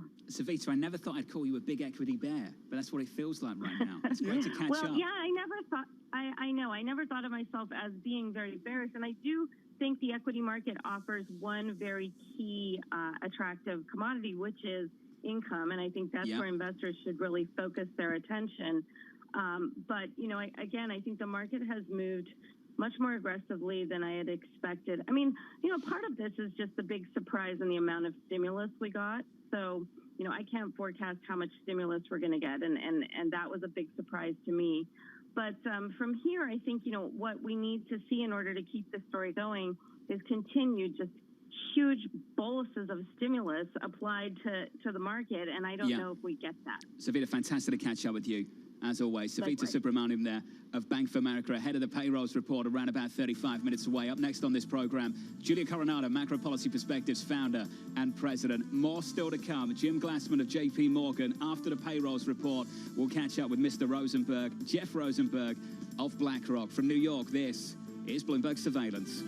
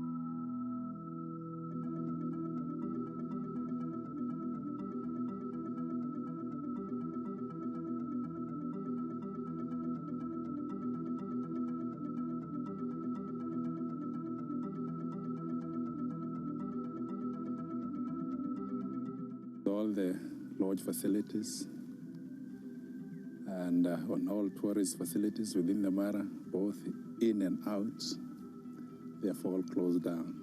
And we get much of our revenue from the park entry fees and other sources like the balloon safaris, balloon tariffs, even from the lodge rents, and all that has gone down.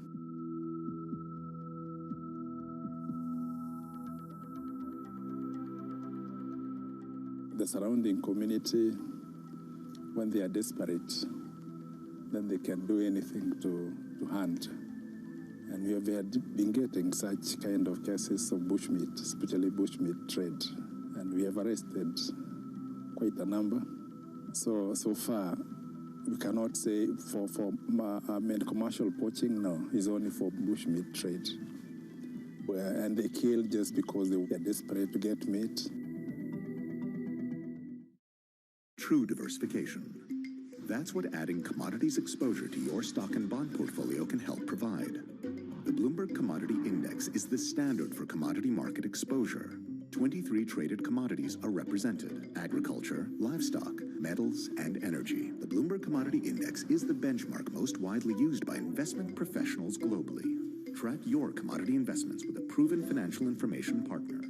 The Bloomberg Commodity Index. True diversification.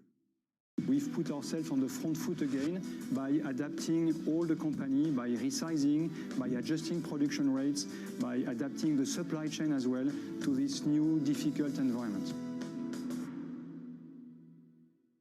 Europe does, as you say, have some catching up to do on that front. So we are expecting to see a little bit of strength coming through at the start of trade. How long will it last, though? The perennial question. When everything around us, including the way we work and live, has been interrupted, uninterrupted service is peace of mind. Juzi from customer support is responding to a 500% increase in daily call volume, no matter what. We keep on, so you can keep on.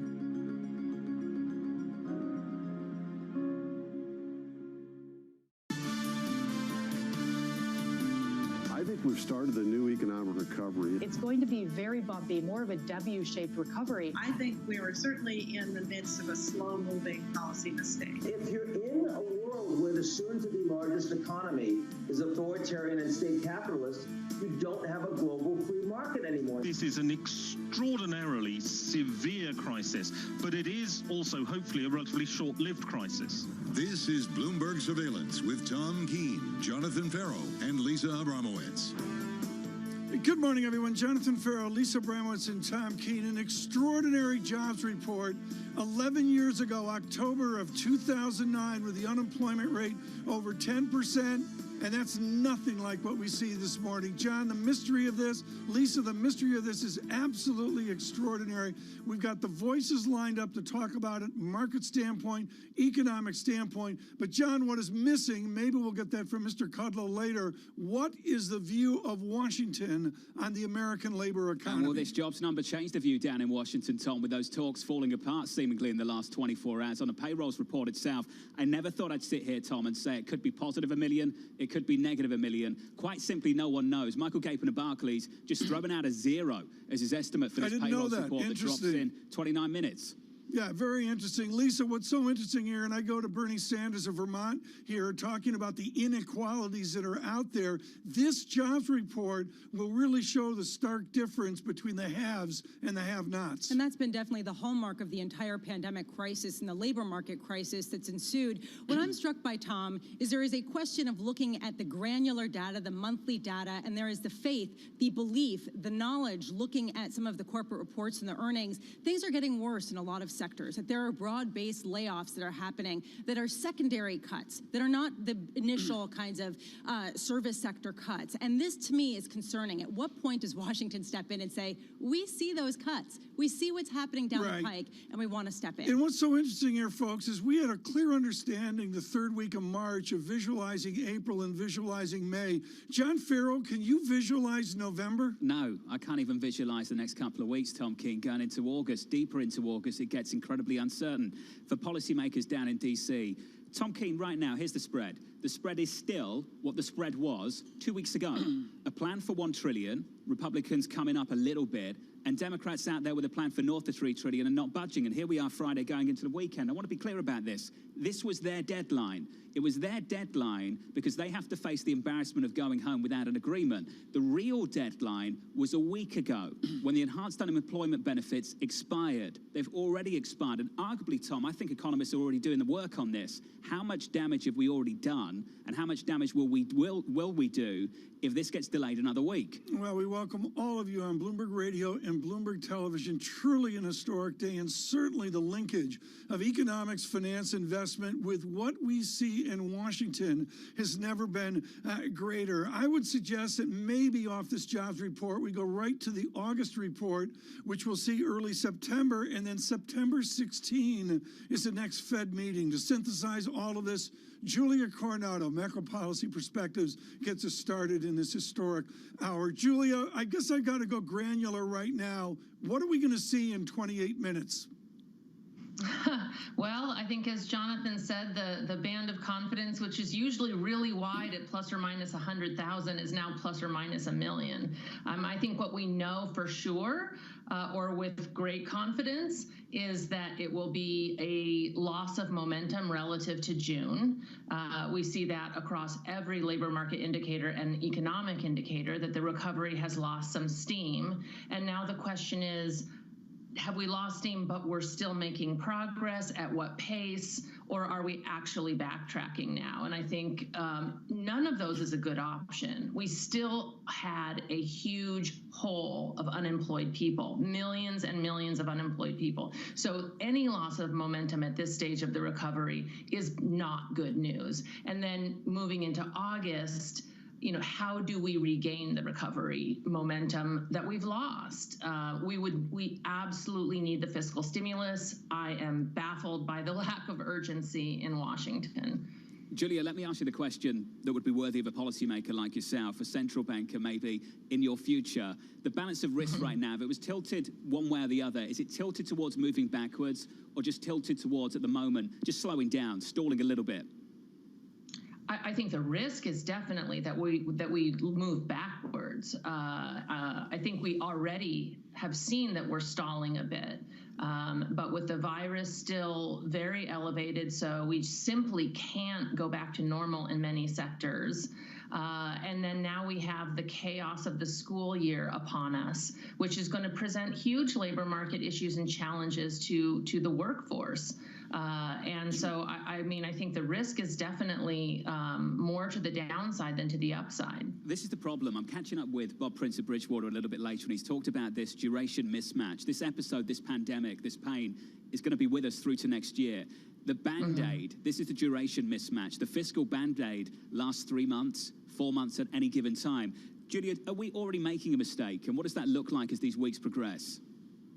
Well, we have already made a mistake in delaying. And I think, to be clear, that initial round of stimulus was well designed for the plan of shutting down, controlling the virus, getting things under control, and then evaluating the situation and moving forward. We didn't do that. So it was a stimulus designed to build a bridge of support across a temporary disruption. It did that very well. We actually had well-targeted, generous support.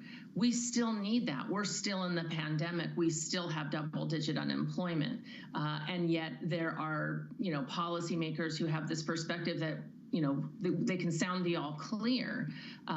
So now, I think Lisa touched on this earlier, we're starting to see a more typical recessionary dynamic take hold with more permanent layoffs across sectors, not just the sectors directly impacted by social distancing, as businesses become cautious and hunker down for a more protracted cycle. And that's exactly what we were trying to avoid. And the longer they sort of dither and dig their heels in, the longer that attitude, the deeper that attitude takes root amongst workers and consumers and businesses. And time is just of the essence right now. Julia, this was part of the argument initially in the pandemic, people saying that 3/4 of all of the job losses in early April were temporary in nature. That has dramatically shifted as the weeks have gone on. Do you have a sense now, as some of the secondary and tertiary cuts, as companies say, we need to be smaller to weather this storm, do you have a sense of what the proportion is of that 10.8% expected unemployment rate that you're projecting today, of what percent that is of permanent layoffs? Yeah, we can track. So Jed Kolko at Indeed developed this, what he calls the core unemployment rate, where you take the unemployment rate, you bring in the marginally attached workers that left the labor force during the pandemic, and you subtract out those who are saying that they're on temporary layoff. That unemployment rate had risen from 5% in May to 6% in June. I would fully expect that to rise again today, this morning. So that's one measure that we're calculating and looking at. And I think you had mentioned earlier, the earnings reports are showing us a higher share of companies reporting permanent reductions in force rather than, I mean, almost everybody was announcing temporary layoffs in Q1. Now they're talking about adjustments in cost structure. Julie, we're going to get to this with Michael McKee here in a bit with Jim Glassman, but let me start with you on this. This jobs report is what it's going to be. Is the next jobs report going to be even more of a mystery? Yeah, absolutely. I mean, we already have our eye on these high frequency indicators. We've got some beyond the survey week from the July employment report. There's some measured from Homebase, which is an app that's being sort of developed and analyzed by the St. Louis Fed. That shows a further loss of momentum. That shows outright job declines since the July survey week of the employment report. So, again, it's early days. We only have a smattering of high-frequency indicators. But again, to Jonathan's point, that's where the risks lie, is that we actually lose some ground here. Can this adjust the September 16th Fed meeting today? I mean, this far away from September 16th, but can it have such an impact as to change the thinking towards September 16th? I mean, look, I don't think that the Fed has taken anything for granted, and they are still going great guns. We're still getting, billions in QE every week. It's doing its job, keeping markets focused on the far future, not the near future, and keeping financial conditions well supported. They're basically, I mean, I've never heard Fed officials basically beg for fiscal policy the way they are now. I mean, we heard it from Charlie Evans most recently.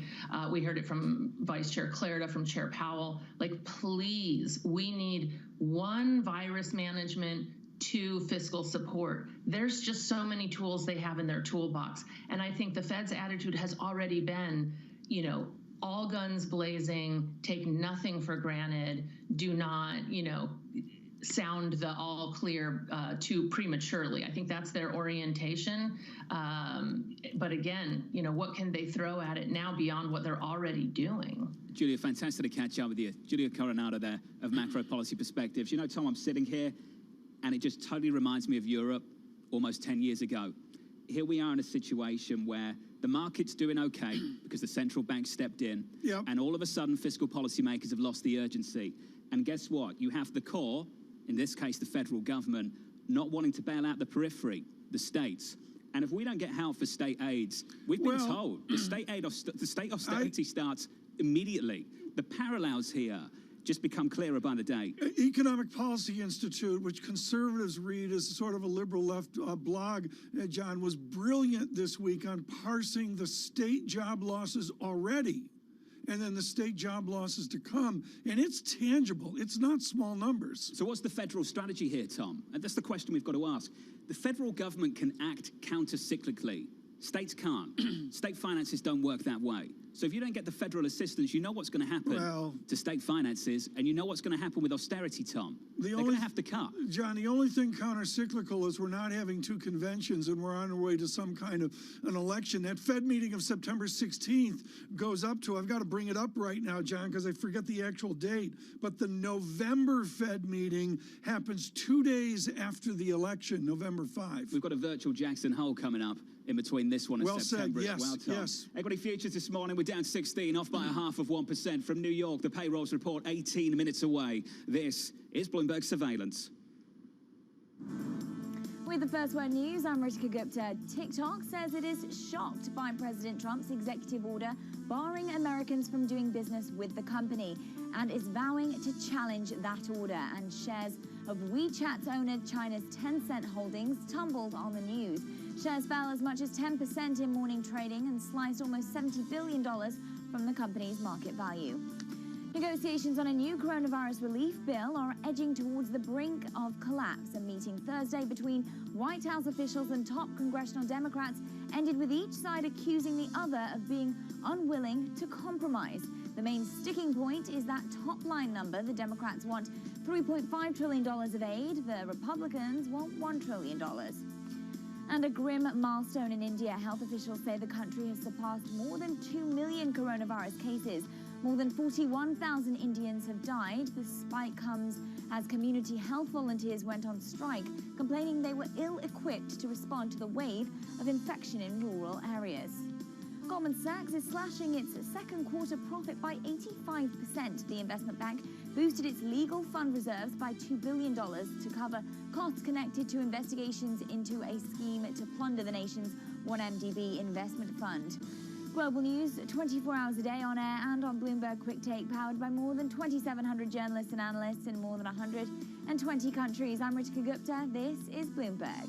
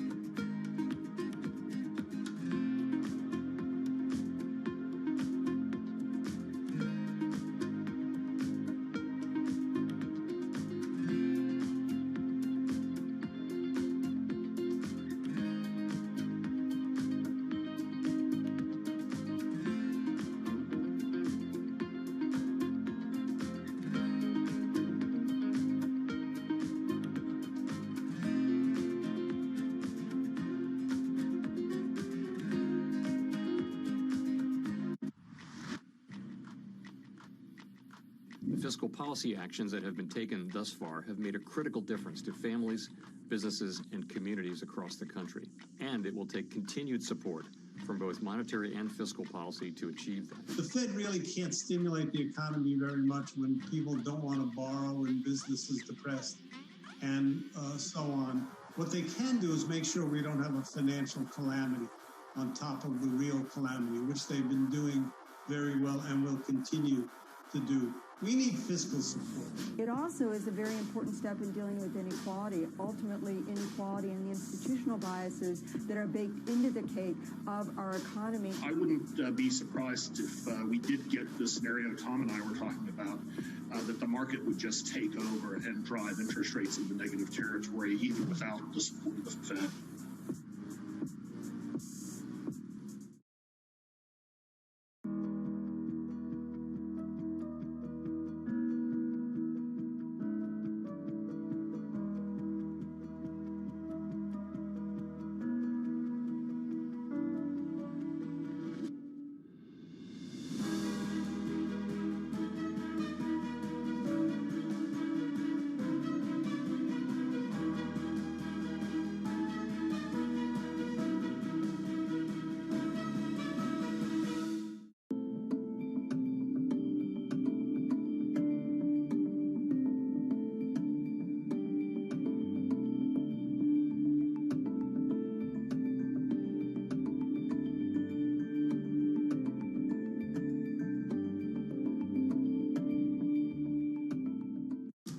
I'm David Weston.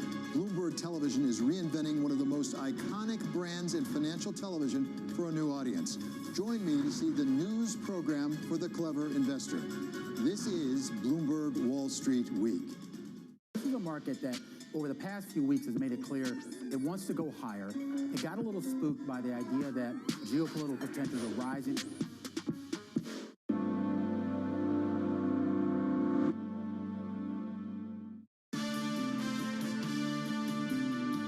It's not surprising to me that this bull market so far is moving very closely with the 82 bull market and the 2009 bull market. The other two recessions that created the biggest double-digit unemployment rates in post-war history.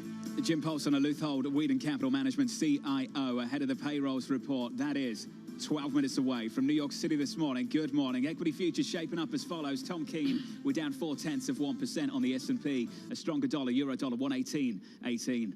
On Bloomberg Radio, Bloomberg Television, good morning. And what we're trying to do is give you a conversation and perspective across economics and how it goes right into the markets. We can't do better now than James Glassman of J.P. Morgan Chase, with his decades of experience in studying the labor economy. And viscerally, our Michael McKee, locked in as our head of economics and policy as well, looking at the research nonstop as we go up to this report. Jim Glassman, you travel this nation for Mr. Diamond. What have you observed of the American labor economy in your travels?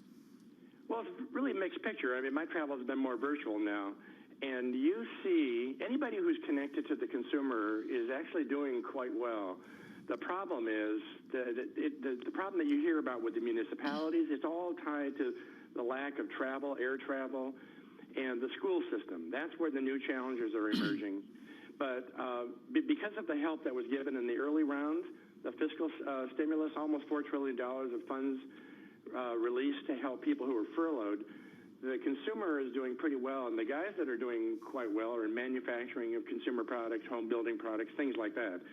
A lot of activity done online. But the challenges, and you can hear it in the calls, it's the school systems, the municipalities. They are, they have to deal with virtual classrooms do not work for most communities. There's 7,300 communities that rely on colleges and universities, and elementary schools going virtual is a real big challenge for families. That granularity is evident. Michael McKee, you're going to look at the granularity here in 10 minutes or so, make it 11 minutes. What is a single thing, Mike McKee, you're going to look at as you go to this report? Well, if you break it down, I would look specifically at the jobs in government, local and state government. They may distort this report some because normally the people who work for school districts, and not teachers, but the janitors, the cooks, the crossing guards, people like that, are laid off in big numbers in July. And you look at the non-seasonally adjusted numbers, and there's a spike downward every July. But the seasonal adjustment accounts for that. And so you look at the seasonal adjustment, and it looks like there's nothing. And so we're expecting about 1 million people to be added into the numbers by seasonal adjustment this time. But those people didn't leave the labor force in July. They left it in April or May. So we may get a distortion, and that's why I think you've got to look at private sector jobs as the most important figure in this report today. Talking about the public sector, since you both mentioned it, Mike, you mentioned some of the staff in schools, and Jim, you went to schools. So, Tom, it's not just me griping about the complete disarray. We are getting a decision today from New York City on whether schools will be open. But, Jim, do we have any sense economically of what a drag it would be on the economic recovery if schools weren't to open? Well, they are opening virtually, but that's the problem. Oh, come on. I'm sorry. Any parent who has a child, opening virtually is not opening, but carry on. Exactly. So, great, you have classes, but there's a lot of infrastructure that supports school systems. Well, my guess is when you look at higher education, I think all the money, all the energy that's generated by that is about 4% of GDP. That includes the NCAA revenues, the funding from the federal government, and the tuition we all pay for our kids. So, and that does not account for the upheaval in the elementary school system. That's another big challenge. But I think that's a challenge ahead, and that's going to be. I think it's going to be with us till we get a vaccine. Right now, I think if you look at aggregate hours worked, they've been telling you the macro story. The macro story is the U.S. economy has recovered about 55% of the ground we lost from February to April. So I would keep an eye on that because that's been a real good heads up for how the monthly GDP is going to evolve. We're running about 95% of our potential level. It's hard to imagine we can do a whole lot better until we get a vaccine with all this challenge of managing schools and no travel and what the municipalities are dealing with. Mike, what are we expecting when it comes to wages? I know that they had increased initially due to some of the enhanced unemployment stimulus and based on which jobs ended up getting cut, that they were the lower wage ones, the higher ones were the ones that were sticking around. Now we're getting the secondary layoffs. Are we expecting a significant decline in wages? Well, that'll really depend on how many people don't get jobs again. The wage data is basically a kind of a proxy for who's been laid off. As you mentioned, when all the lower paid service workers were laid off, we saw a rise in hourly earnings, and then they started to come back to work in the May and June payrolls, and that reversed. So if we see the same kind of thing this time because governors shut down bars and restaurants, then we'll probably see a rise, a bigger than expected rise. It's really hard to use the hourly earnings numbers now as any kind of indication of where we are in terms of pay or salaries because of the composition of the labor force problem. Mike, when this number drops, literally the second it drops, the one question heard across Zoom meetings all around the world will be, what does it mean for policy? What do you think this will mean for the negotiations on Capitol Hill after this number drops? Well, I've seen a lot of negotiations on Capitol Hill, and this one seems to be headed more towards failure. It's hard to see the positives at the moment, but a bad report obviously puts a lot of pressure on the government negotiators to get together again today and try to figure something out. If we get a good report, then that sort of validates both sides' willingness to take it to the brink, and we may not get something right away. So it does have a lot of import in there. Mike McKee, head of the payrolls report, sticking with us. The print is around about 6 minutes away. Jim Glassman of JP Morgan, thank you, sir. Jeff Rosenberg of BlackRock joining us after the number comes out. Going into this one, the bond market basically unchanged on a 10-year yield right now. Your yield 0.53%. The dollar trading at session highs. In the equity market, we are down 11, call it 12 points on the S&P, negative 1/3 of 1%. Tom Keene, an unpredictable jobs report, an equity market within 1% of record highs. I'll have to go beneath the headline data. I really can't emphasize enough, John, how rich this report will be beneath those headline numbers. Lisa, what are you looking for? Honestly, I'm looking for the reaction in markets. If you get a better than expected print, does that mean less pressure on Washington? If you get a worse than expected print, does that mean more pressure to get a better fiscal deal, which could actually be supportive, John? Ridiculous situation, isn't it? We're doing this all over again. Tom, is bad news or is bad news good news? I can't even believe we're having this conversation. I agree. What's important here is what Julia Coronado said, is this is nothing more than a setup to next month's report. For the month of August, Tom? Yeah, the month of August, which we see, so I don't know what date it is, the first week of September, maybe the first Friday of September. Labor Day's in there. Labor Day is a holiday, John, in the Americas. I've been here almost 5 years, Tom. Really? I didn't know that. You and I can continue this spat It's in a been that commercial long. break. Okay, thank Let's you. get to the price action, shall we? Counting it down to the payrolls report, the number, 4 minutes and 30 seconds away. The price action shaping up as follows. We come down 11 on the S&P 500, down 1/3 of 1%. 5-day winning streak on the S&P coming into the jobs print. In the FX market, euro dollar, 118.20. Dollar strength throughout all of G10, down 1/2 of 1% on that currency pair. And the bond market treading water going into this one, 0.53% is your yield. The median estimate in a Bloomberg survey, 1.48 million. The spread of estimates wide, wide, wide. The print up next, right here on Bloomberg.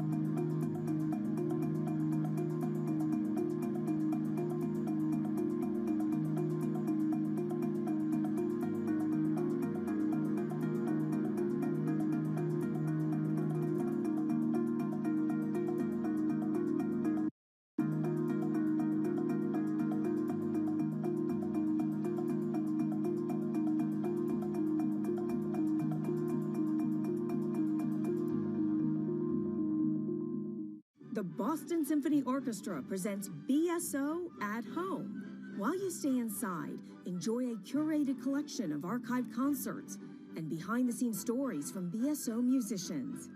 BSO Homeschool provides lessons for music lovers of all ages. New performances and messages from musicians are added regularly. Enjoy these selections and much more at bso.org/at-home.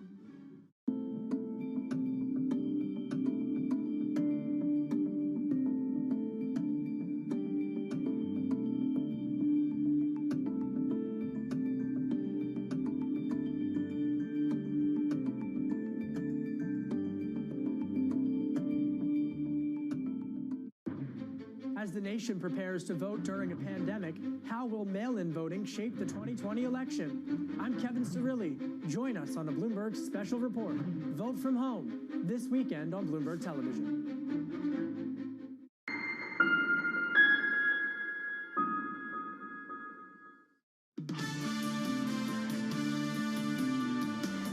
It's about that time. The payrolls report 10 seconds away here in New York City. The most unpredictable print in months and months and months. The range of estimates wide, wide, wide. Here's the print. Here's Mike McKee. All right, John, we're looking for the numbers to come in right now, and we are above forecasts. 1,800,000 jobs is the total non-farm payrolls, with a 17,000 additional jobs added in terms of net revision. The change in private payrolls also better than expected, 1,462,000. We have 26,000 manufacturing jobs, and the unemployment rate falls to 10.2%. Average hourly earnings up 0.2, so for the year, the annual average 4.8%, and average weekly hours unchanged. There was an expectation they would drop down a tick, but they come in at 34.5. A couple things I want to check here in terms of the numbers, in terms of the unemployment rates. We know that 10.2% is the overall number. 12.9% is the unemployment rate for Hispanics, for Asians, 12%, and for Black or African American, 14.6%. All of those are lower almost by a percentage point. Hispanic falls by 1.8%, so a drop there. A couple other numbers to take a look at here as we parse through the tables. Let me go down a little bit farther here. The number of people, the U6 number, which we all like to look at, is at 16.5, goes down from 18. So more discouraged people getting into the labor force. And a number I wanted to look at that has been significantly changing, the job losers, the people who had temporary layoffs, drops to 9,225,000 from 10,565, but permanent job losers looks like it fell a little bit. 2,883,000 in June, 2,877 in July. So the number of people who came back to work and find their jobs gone did not change. So if you're looking for any kind of good news in a report like this, I suppose that's the kind of thing you would look at. The labor market didn't really get any worse. The number of people who got jobs, obviously significantly lower than the last couple of months, but in general, it doesn't look like things worsened a whole lot. They're just kind of static. The one last thing I wanted to look at here is the local government. We did see 241,000 people added on local government payrolls and 33,000 on state government payrolls. So it looks like the seasonals did kick in there. So probably the change in private payrolls is a better measure of exactly where we are. And again, that's 1,462,000. John? Mike, let's take the price action of the moment, shall we? Off the back of this big upside surprise on a payrolls report, the threat of a negative print hanging over this jobs market all through the month, over the last month coming into this. This is the price action right now. We're raising the losses of this morning on the S&P 500, now basically unchanged. In the bond market, Yields were unchanged too. Now we're not even up by a basis point on a 10-year. And in foreign exchange, the dollar index just off session highs. We come back a little bit. On the dollar index, we're firmer by 0.4%. A similar move on euro dollar 118.22. I've got to say, in the grand scheme of things, the range of estimates very, very wide coming into this print. But Tom Keene, in the grand scheme of things, not far off the estimate. The median estimate around about 1.5 mil. We come in at 1.76. That's the good news. Here's the conversation now. From 8:33 this morning through the rest of the day, what does it mean for policy in Washington, Tom? Well, it's going to be interesting in your conversation with Lawrence Kudlow. He's clearly going to take a victory lap away from the gloom crew. I would note median duration. There's a couple statistics in there that are pretty gloomy, but clearly it pushes a trend away from the Democrat Party gloom and much more towards Republicans saying there are indications here of a healing economy. Michael, I just want to say, folks, worldwide, nobody does this like Michael McKee. The statistical summary came out late this time around. And I thought, Michael, that you did a great job vamping that off of what we all lean on in terms of going beneath the headline data. Michael, what is the dynamic you see on government employment now? Have you had a chance to look at that? Yeah, it was as I thought, and a lot of economists on Wall Street thought, that we lost about 1 million people in the education component, and those were added back in. And so you end up with a higher number of overall payrolls than you would have. So, again, that's why I say look to the change in private payrolls, which is about 3 million less than the overall payrolls. One thing I want to point out in terms of the unemployment rate falling to 10.2%. The labor force shrank this month by 62,000.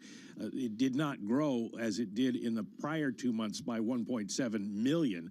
And so we see employment rise and unemployment rise more at this point. So the decline in the labor force helped the denominator there, and we end up with a lower unemployment rate, even though we didn't add that many jobs.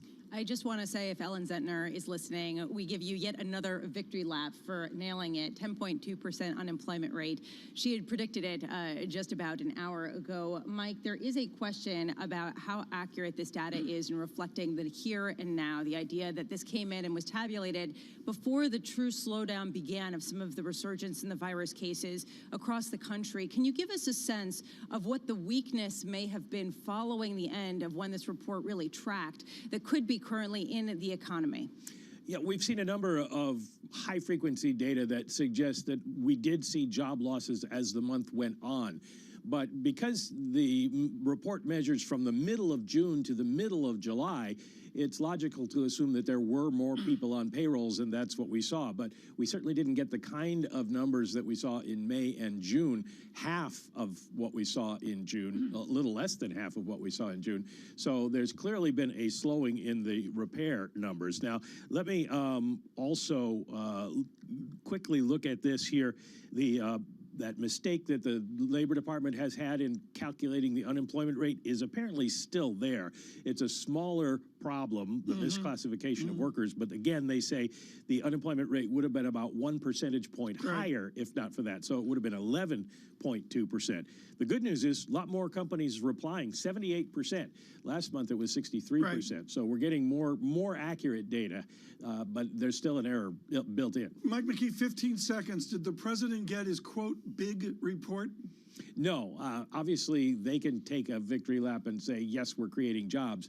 But clearly, the rate of job growth has slowed down, and 10.2%, even if you accept that as the accurate figure, is still higher than we got all during the great financial crisis. Michael McKee, thank you so much. Our economics and policy correspondent, always wonderful on these dynamics. Right now, linking much of this report back into the financial markets, Jeffrey Rosenberg joins us, portfolio manager of the Systematic Multi-Strategy Fund. Jeff, let's get systematic right now. In that I see higher yields. Is it a modest adjustment, or can you say that we will pull back from those lower nominal yields of the last number of days?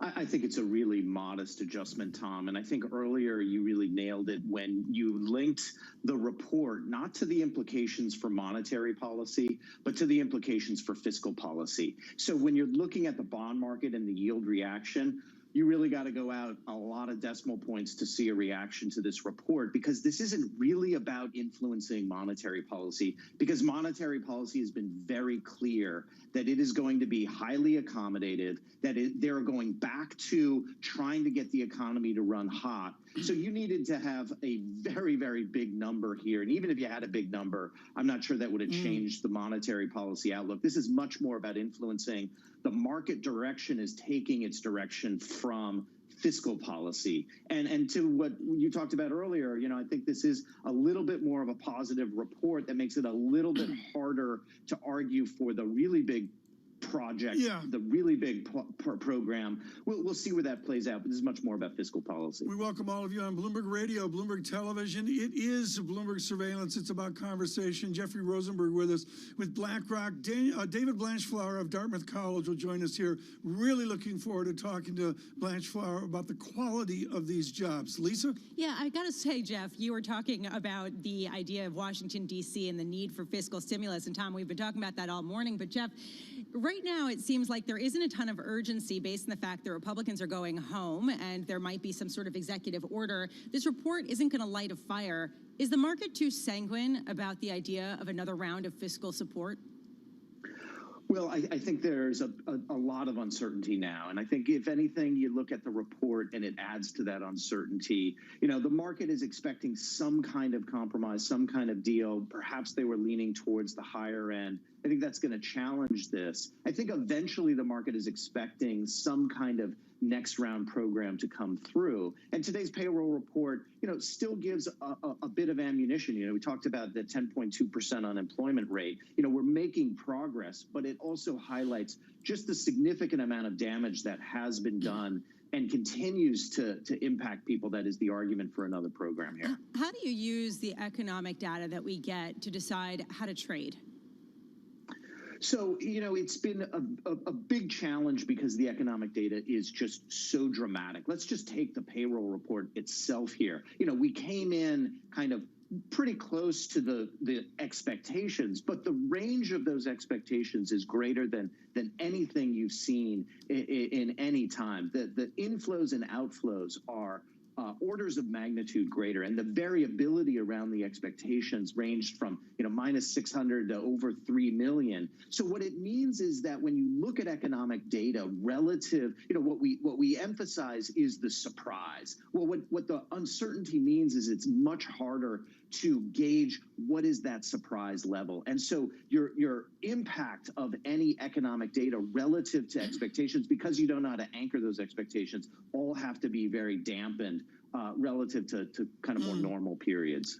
Jeff, within the mathematics of all this, there's a point where you shift from a yield study to a price study. And certainly in the tension this week, I've seen that. Are we now at a point where people are just buying full faith and credit just because they're buying it and they'll take it at any price, and price matters, up we go in the bid?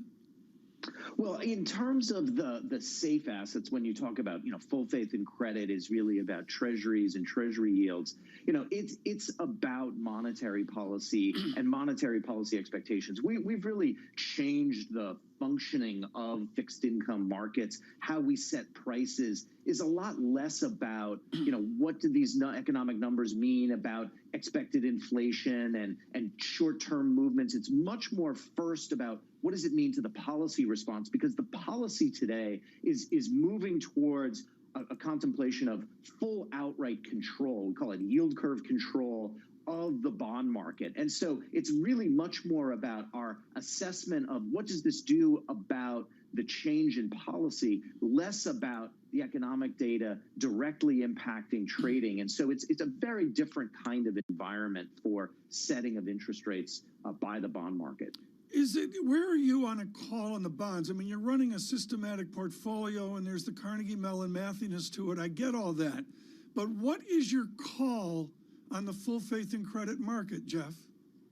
Well, the call is that the policy is very clear, and the policy is maintain market functioning and then pivoting towards accommodation. And so what that means is we're going to have very low interest rates for a very long time. Zero interest rate policy is going to be with us for a very long time. I don't think we're going to go and see negative interest rates, but the control of the long-term interest rates is very much part of the policy. And so you're looking at a period of very low interest rates, front-end interest rates basically pegged and functioning like a surrogate for cash, and long-term interest rates really under the thumb of monetary policy until we can start to see some real progress on inflation. And until then, it's a low and stable interest rate environment. If you're just joining us, we're speaking with Jeff Rosenberg of BlackRock following a better-than-expected jobs report. Initially, there was a pop in equity futures. There is a rollover at this point as people dig a little bit further, a little bit deeper down into the negative. And 10-year yields initially popped up, but are little changed, just up a tiny bit. Jeff, talking about inflation, we've been really focused on real rates in the United States at negative 1.1%, all-time lows. Question, how low can they go? What's the answer? Well, you know, a lot of the movement in the real interest rates is pricing in a recovery in inflation and inflation expectations, while at the same time the Fed is basically pegging nominal interest rates. You know, so we could see that move a little bit more, but it's very unlikely that we're going to see significant increases in inflation expectations absent significant increases in actual or perceived inflation pressures. And we're very far away from that. The COVID shock is a massive disinflationary shock. And so what we're seeing in terms of those negative real interest rates is really a recovery off of those extremes and a little bit fueled by some of the short-term recovery in terms of commodity prices. But we are still in a very low inflationary environment. And until we break that environment, which I don't think is happening anytime in the short run, we're not going to see significant changes there. Jeffrey Rosenberg, thank you so much with BlackRock. Michael McKee has now had a chance to go through the 325 pages of this report. I kid folks, but it's not just about the headline numbers. Mike, what do you see beneath those headline numbers? Well, looking at the composition of the job growth, Tom, we find it exactly where you would expect. We saw strength in leisure and hospitality hiring, which is up by 592,000, 3/4 of that at eating and drinking places. So the waiters and waitresses came back. The question is, for how long? Did they then lose their jobs again as states shut down? We saw that government employment, as we mentioned, rose by 301,000. A million of that, and it would have been ordinarily a negative number, comes basically from a change in when people were let go from schools earlier this year than usual. They usually disappear from the report in July. And so there's some artificiality to this, but manufacturing and construction, they held in there. They grew significantly compared to others, and sort of in line with what they've been doing, 26,000 for manufacturing, 20,000 for construction. And that's where we've seen the strength in manufacturing and in home building. So it's about what you would expect in this report, Tom, in terms of the breakdown of where the jobs are. The question is how many people kept those jobs. Yeah, and Mike, the other question is how regional some of the employment data is. In other words, are we seeing a resurgence in jobs in areas where the virus count is going down and a decline in joblessness in areas that have become hotspots? Do we have any insight into that? Not in this report. We'll get that when they break down the state-by-state numbers later in the month. But probably you would see Arizona, California, Florida, the leisure and hospitality categories falling off significantly and unemployment rising. And we'll have to keep an eye on the jobless claims numbers and see where we go from there. Michael McKee, thank you as always. Just brilliant today, and particularly with the complexities at that 8:30 mark. Right now we go to Hanover, New Hampshire. David Blanchflower is with Dartmouth College. David Blanchflower is definitive on wages. David Blanchflower is definitive on the nuances of our employment and our underemployment as well. Danny Blanchflower, wonderful to have you with us today. How underemployed is America? Well, it certainly is, although we've seen a decline in that in the data now. I mean, the reality is that the unemployment numbers have really come down. Underemployment, which is reflected in U6, has come down a little bit. But what we're going to see is we just don't have very great measures of that. So the question is, if people go back to work, are they going to get the same hours and the same income as they had in the past? Or are they going to have less hours and less income? And that looks to be the thing we're going to need to look at. You know, if you're a restaurant worker, the restaurant opens, are you going to get the same amount of work as you had in the past? So I think the underemployment story is something we need to watch. But this is definitively a good report. Yes. Better than probably I expected on every component. So the establishment data is good, the household data is good, the employment population rate's up, the labor force participation's up. So these are good numbers, but the question obviously is what happens state by state and what happens down the road when and if the stimulus payments run out. Within your study at the Bank of England, and granted the United Kingdom is a different economy, what is the risk of a 1 month of a better report? Can you extrapolate it out, or do you just simply have to wait for the first week of September? Well, I think this is unprecedented territory.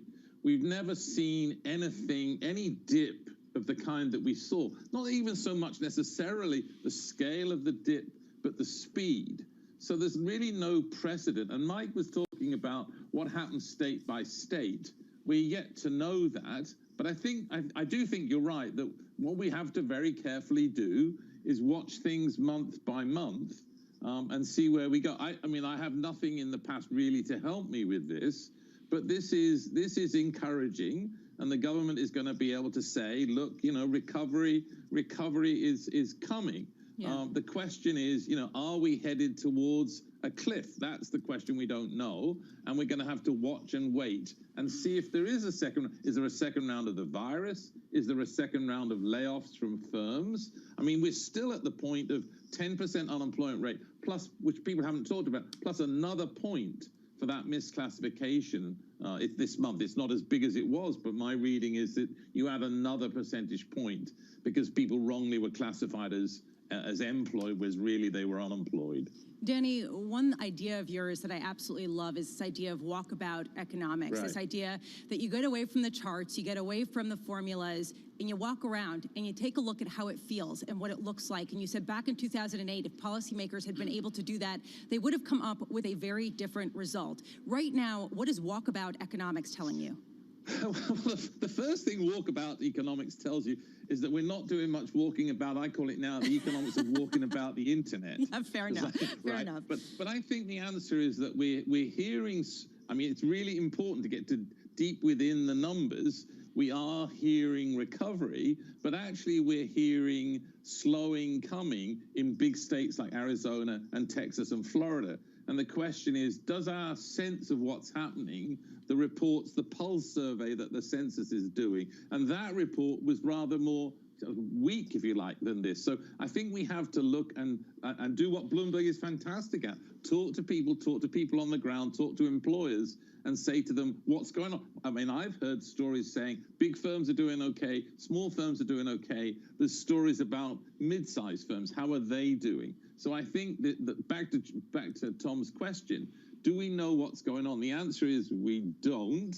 But the right thing to do, listen to Bloomberg, because Bloomberg actually gets oh, my goodness. We did not pay him, I promise. I'm doing a job advert, but it's really very good at this. And certainly in 2008, if people had done the economics of walking about, they would have seen the recession much more than economists did, who were playing with their silly models and missed it entirely. But it was absolutely clear when you talk to employers and you talk to people, they saw this thing coming. So I think we have to be very mindful of using that market intelligence to tell us where we're going. And this report, I think, is a little more positive than the market intelligence is, but let's see where we go. And there's a question also of something Tom keeps talking about, rightly so, which is the income inequality. And initially during the pandemic, people were saying this was going to be exacerbated dramatically by the COVID era. Do we still feel that way based on the fact that a lot of the lower wage jobs are coming back as the economy comes back online? Well, we are. I mean, we're seeing across the board changes, and I was just looking at this, but we're certainly still seeing very much higher rates for African Americans, for Hispanics, for less disproportionately have this error, which means you top the numbers up.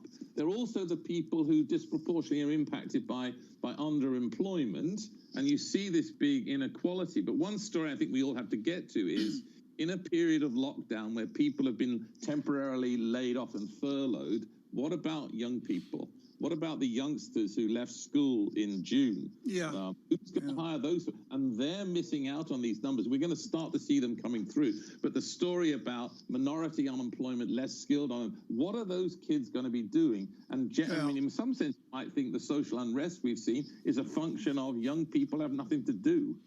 And literally a new hysteresis from Blanchard and Summers there as well. Danny, I want to take the time here and rip up the script. And I want to talk to you. I've had the privilege, folks, of standing with Mr. Blanchflower in his lecture halls at Dartmouth and warbling gaily to the assembled. Danny, does virtual learning work not only at the Dartmouth level, but down to kindergarten? Do you think this nation can actually virtually teach our students? Well, I can talk to the classes that I taught in the spring, and I'm about to go and teach again. I think they went extremely well. We put a lot of resources into it. I think it was really pretty successful. I'm not so sure about how you're going to deal with 8-year-olds and 10-year-olds. But I think on the model for the university student, I think has changed the world. It's changed the campus experience. Yeah. I mean, it was very effective. I mean, I've got a class of 50 students who are coming in the fall, and I'm going to teach them about, what Bloomberg does, the economics of walking about. And we can do it pretty well. And there's people in China, there's people in Argentina. So I think that it's pretty good, but because it's been successful, it's going to challenge this higher education model. The question is down the line, what are you going to do for the young ones? And I think that's a greater challenge. David because they need more hand-holding. But I think our students, certainly at the Dartmouth level, we've done pretty darn well, I think, and it's gone well. Well, we've got to leave it there. David Blanchard, thank you so much for Dartmouth Perspective and, of course, on this historic Jobs Day as well. I want to look at the markets which have adjusted. It's very nuanced. As Lisa Abramowitz absolutely nailed. Futures at -10. Futures improved, and then they came back as well. Dow futures at -50 and the VIX 23.25. The yield market has changed. It is a higher yield regime off the very low nominal yields that we've seen over the last number of days. 2-10 spread steepens out as well, 41 basis points as well. Euro dollar 118.38 with some dollar strength off of a better report, but I don't want to oversell it. It's been an adjustment off of where we were at 829. Let me tell you forward what you're going to see on Bloomberg Radio. Further conversation on this report. John Farrow in the 9 o'clock hour, an important conversation with Lawrence Kudlow. And then guests to listen to, Alarian Amoroso, Bob Prince from Bridgewater, and Mr. Reeder from BlackRock. A most interesting day. More than anything, Lisa and I thank our team for terrific conversations. Stay with us. Bloomberg Radio and Bloomberg Television.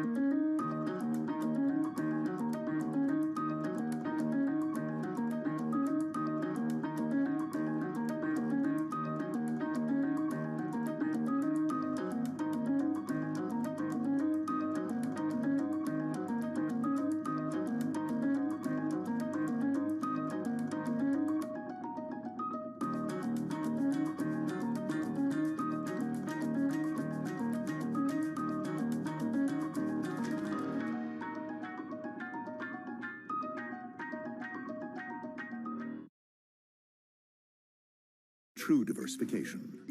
That's what adding commodities exposure to your stock and bond portfolio can help provide. The Bloomberg Commodity Index is the standard for commodity market exposure. 23 traded commodities are represented: agriculture, livestock, metals, and energy. The Bloomberg Commodity Index is the benchmark most widely used by investment professionals globally. Track your commodity investments with a proven financial information partner. The Bloomberg Commodity Index. True diversification.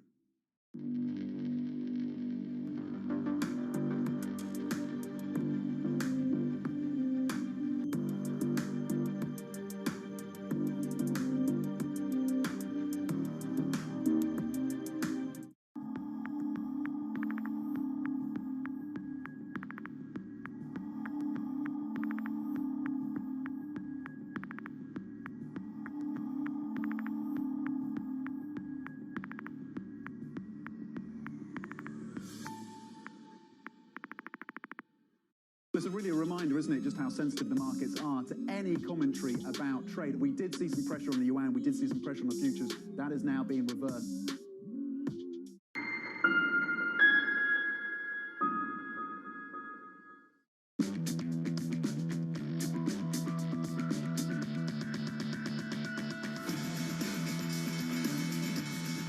From New York City for our viewers worldwide, good morning, good morning. The countdown to the open starts right now with 30 minutes until the opening bow with equity futures negative 1/3%. We begin with a big issue. It's Payrolls Friday. One question. Will a positive upside surprise remove some of the pressure in Washington with fiscal talks on the edge of collapsing, officials on the brink of heading into the weekend without a deal?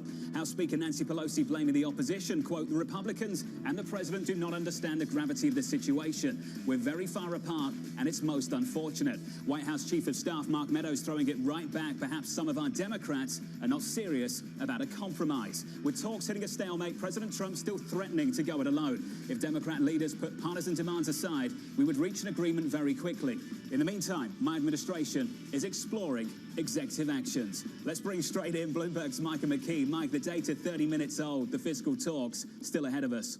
Well, we hope they're ahead of us, and we hope they get together again. I'm not going to characterize either side, but I think Nancy Pelosi has it right.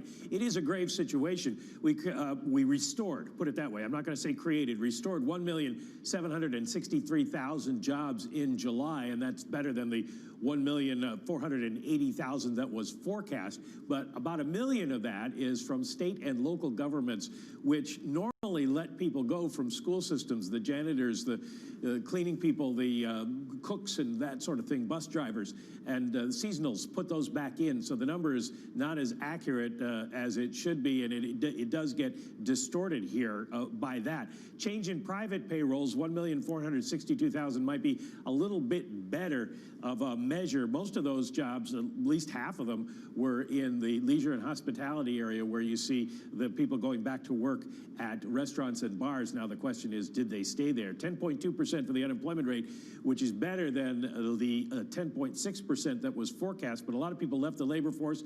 Labor force participation falls, so that may explain a little bit of that. Average hourly earnings, 4.8%. That's better than the 4.2% forecast. So in general, this is a better than forecast number, John, the report itself. But you have to realize we went through the looking glass in March, and we're still, even with these kind of job gains, very, very short. A lot of people out of work. 16 million people are unemployed, according to the Labor Department's survey, and that's people who want jobs. It doesn't count people who are not in the labor force anymore. 30 million people are still getting unemployment benefits. And the one thing that I would point to in terms of forward-looking from this report is the number of people who are saying that their jobs were eliminated didn't change very much during the month. That might be a little bit of good news. But other than that, it's still a very tough labor market. Mike, this jobs print didn't come a million miles away from the median estimate in our survey here at Bloomberg, but the range of estimates was incredibly wide. Why are we still finding it so difficult to understand the trajectory of this labor market? Well, timing plays a big part in it. This report basically measured the change from the middle of June to the middle of July, not what happened in the entire month of July. And we did see a lot of states and cities start to shut down again as the coronavirus flared during the month. So it's hard to know exactly what's happening right now. The anecdotal and high-frequency data suggests that we're still seeing a lot of people losing jobs as these shutdowns went on. And so it may be August before we see the August report in September, before we see what the impact was in July. Mike McKee, thank you. 27 minutes away from the opening bell in New York City this morning. Good morning. Let's get to the price action for you. Equity futures still lower on a session. On the S&P 500, we're down by a third of 1%, negative 11, call it 12. In the bond market, Treasury yields go nowhere. Your 10-year 0.54%. In foreign exchange, the dollar was stronger going into the jobs number. It's stronger coming out of it against G10, with the euro down to 118.28 and off by 0.4%. Let's continue the conversation with Mohammed Al-Arian of Allianz and, of course, of Bloomberg Opinion. Mohammed, what does the payrolls report mean for the talks down in D.C.? It's the only question, seemingly, on everybody's lips. It is the only question, and it is why the markets haven't reacted much to this report, because everybody's waiting. And the problem with this report is that the different sides will read into it what they want to read into it. As Mike just said, it's a beat across the board. And we're not just talking about the headline numbers, John. We're talking about the details, the population employment ratio, unemployment rate for every group of the population.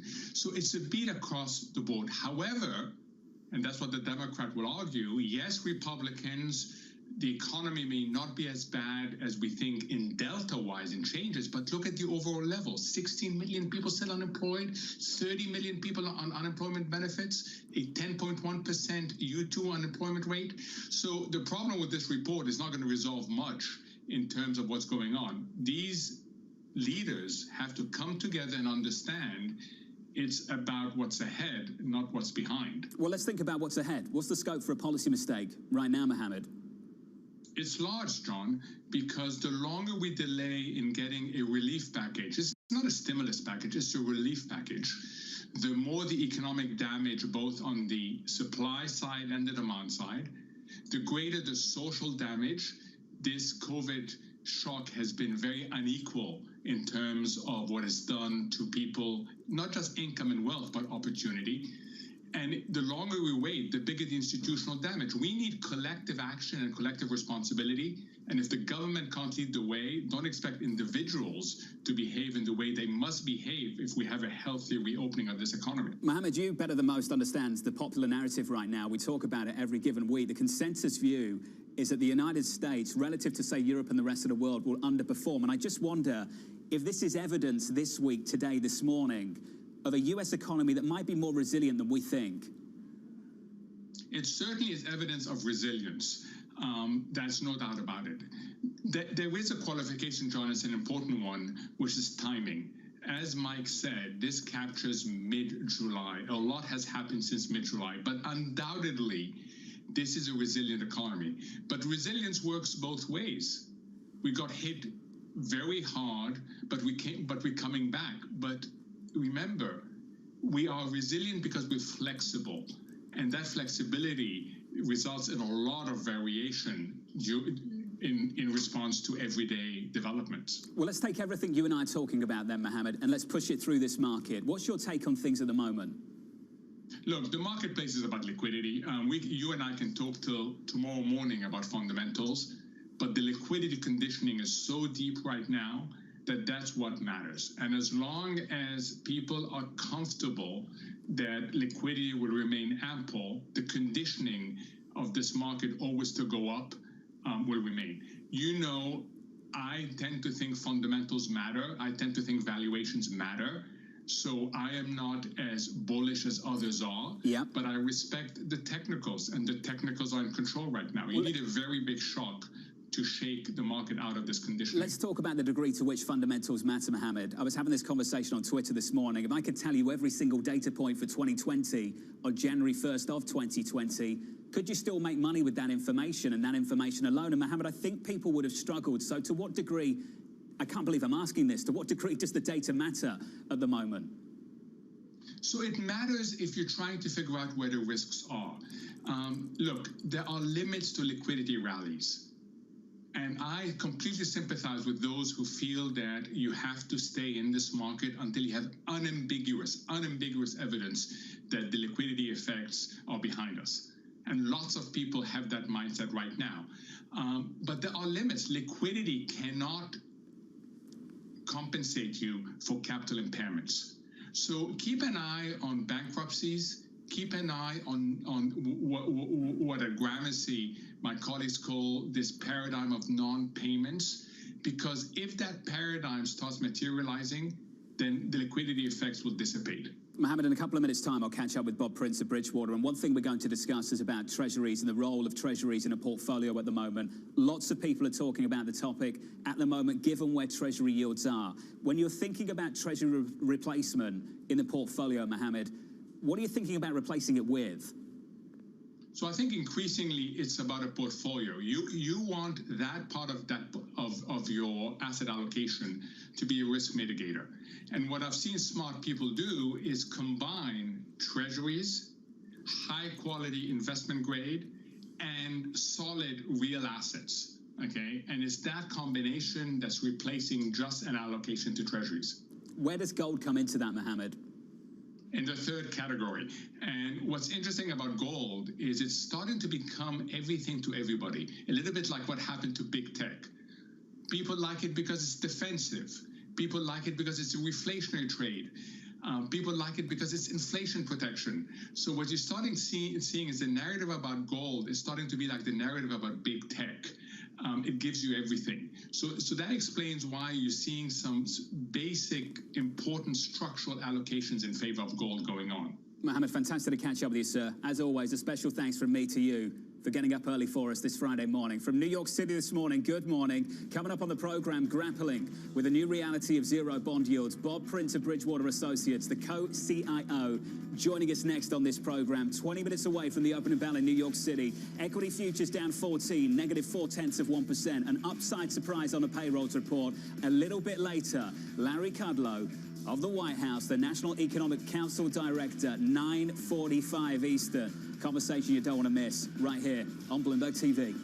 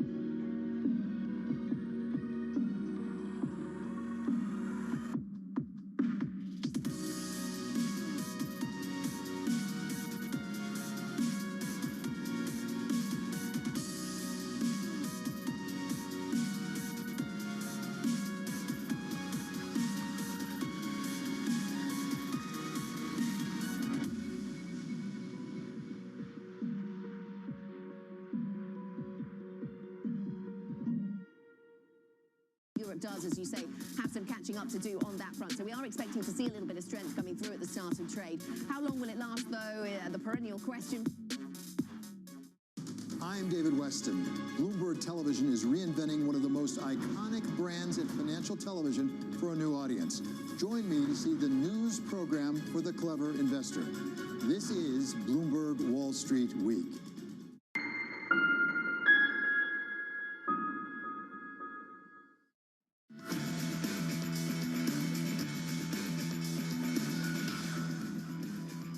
I think it's very possible that 5- and 10-year treasuries go negative as more and more money comes in from overseas. I don't know that's going to happen over the next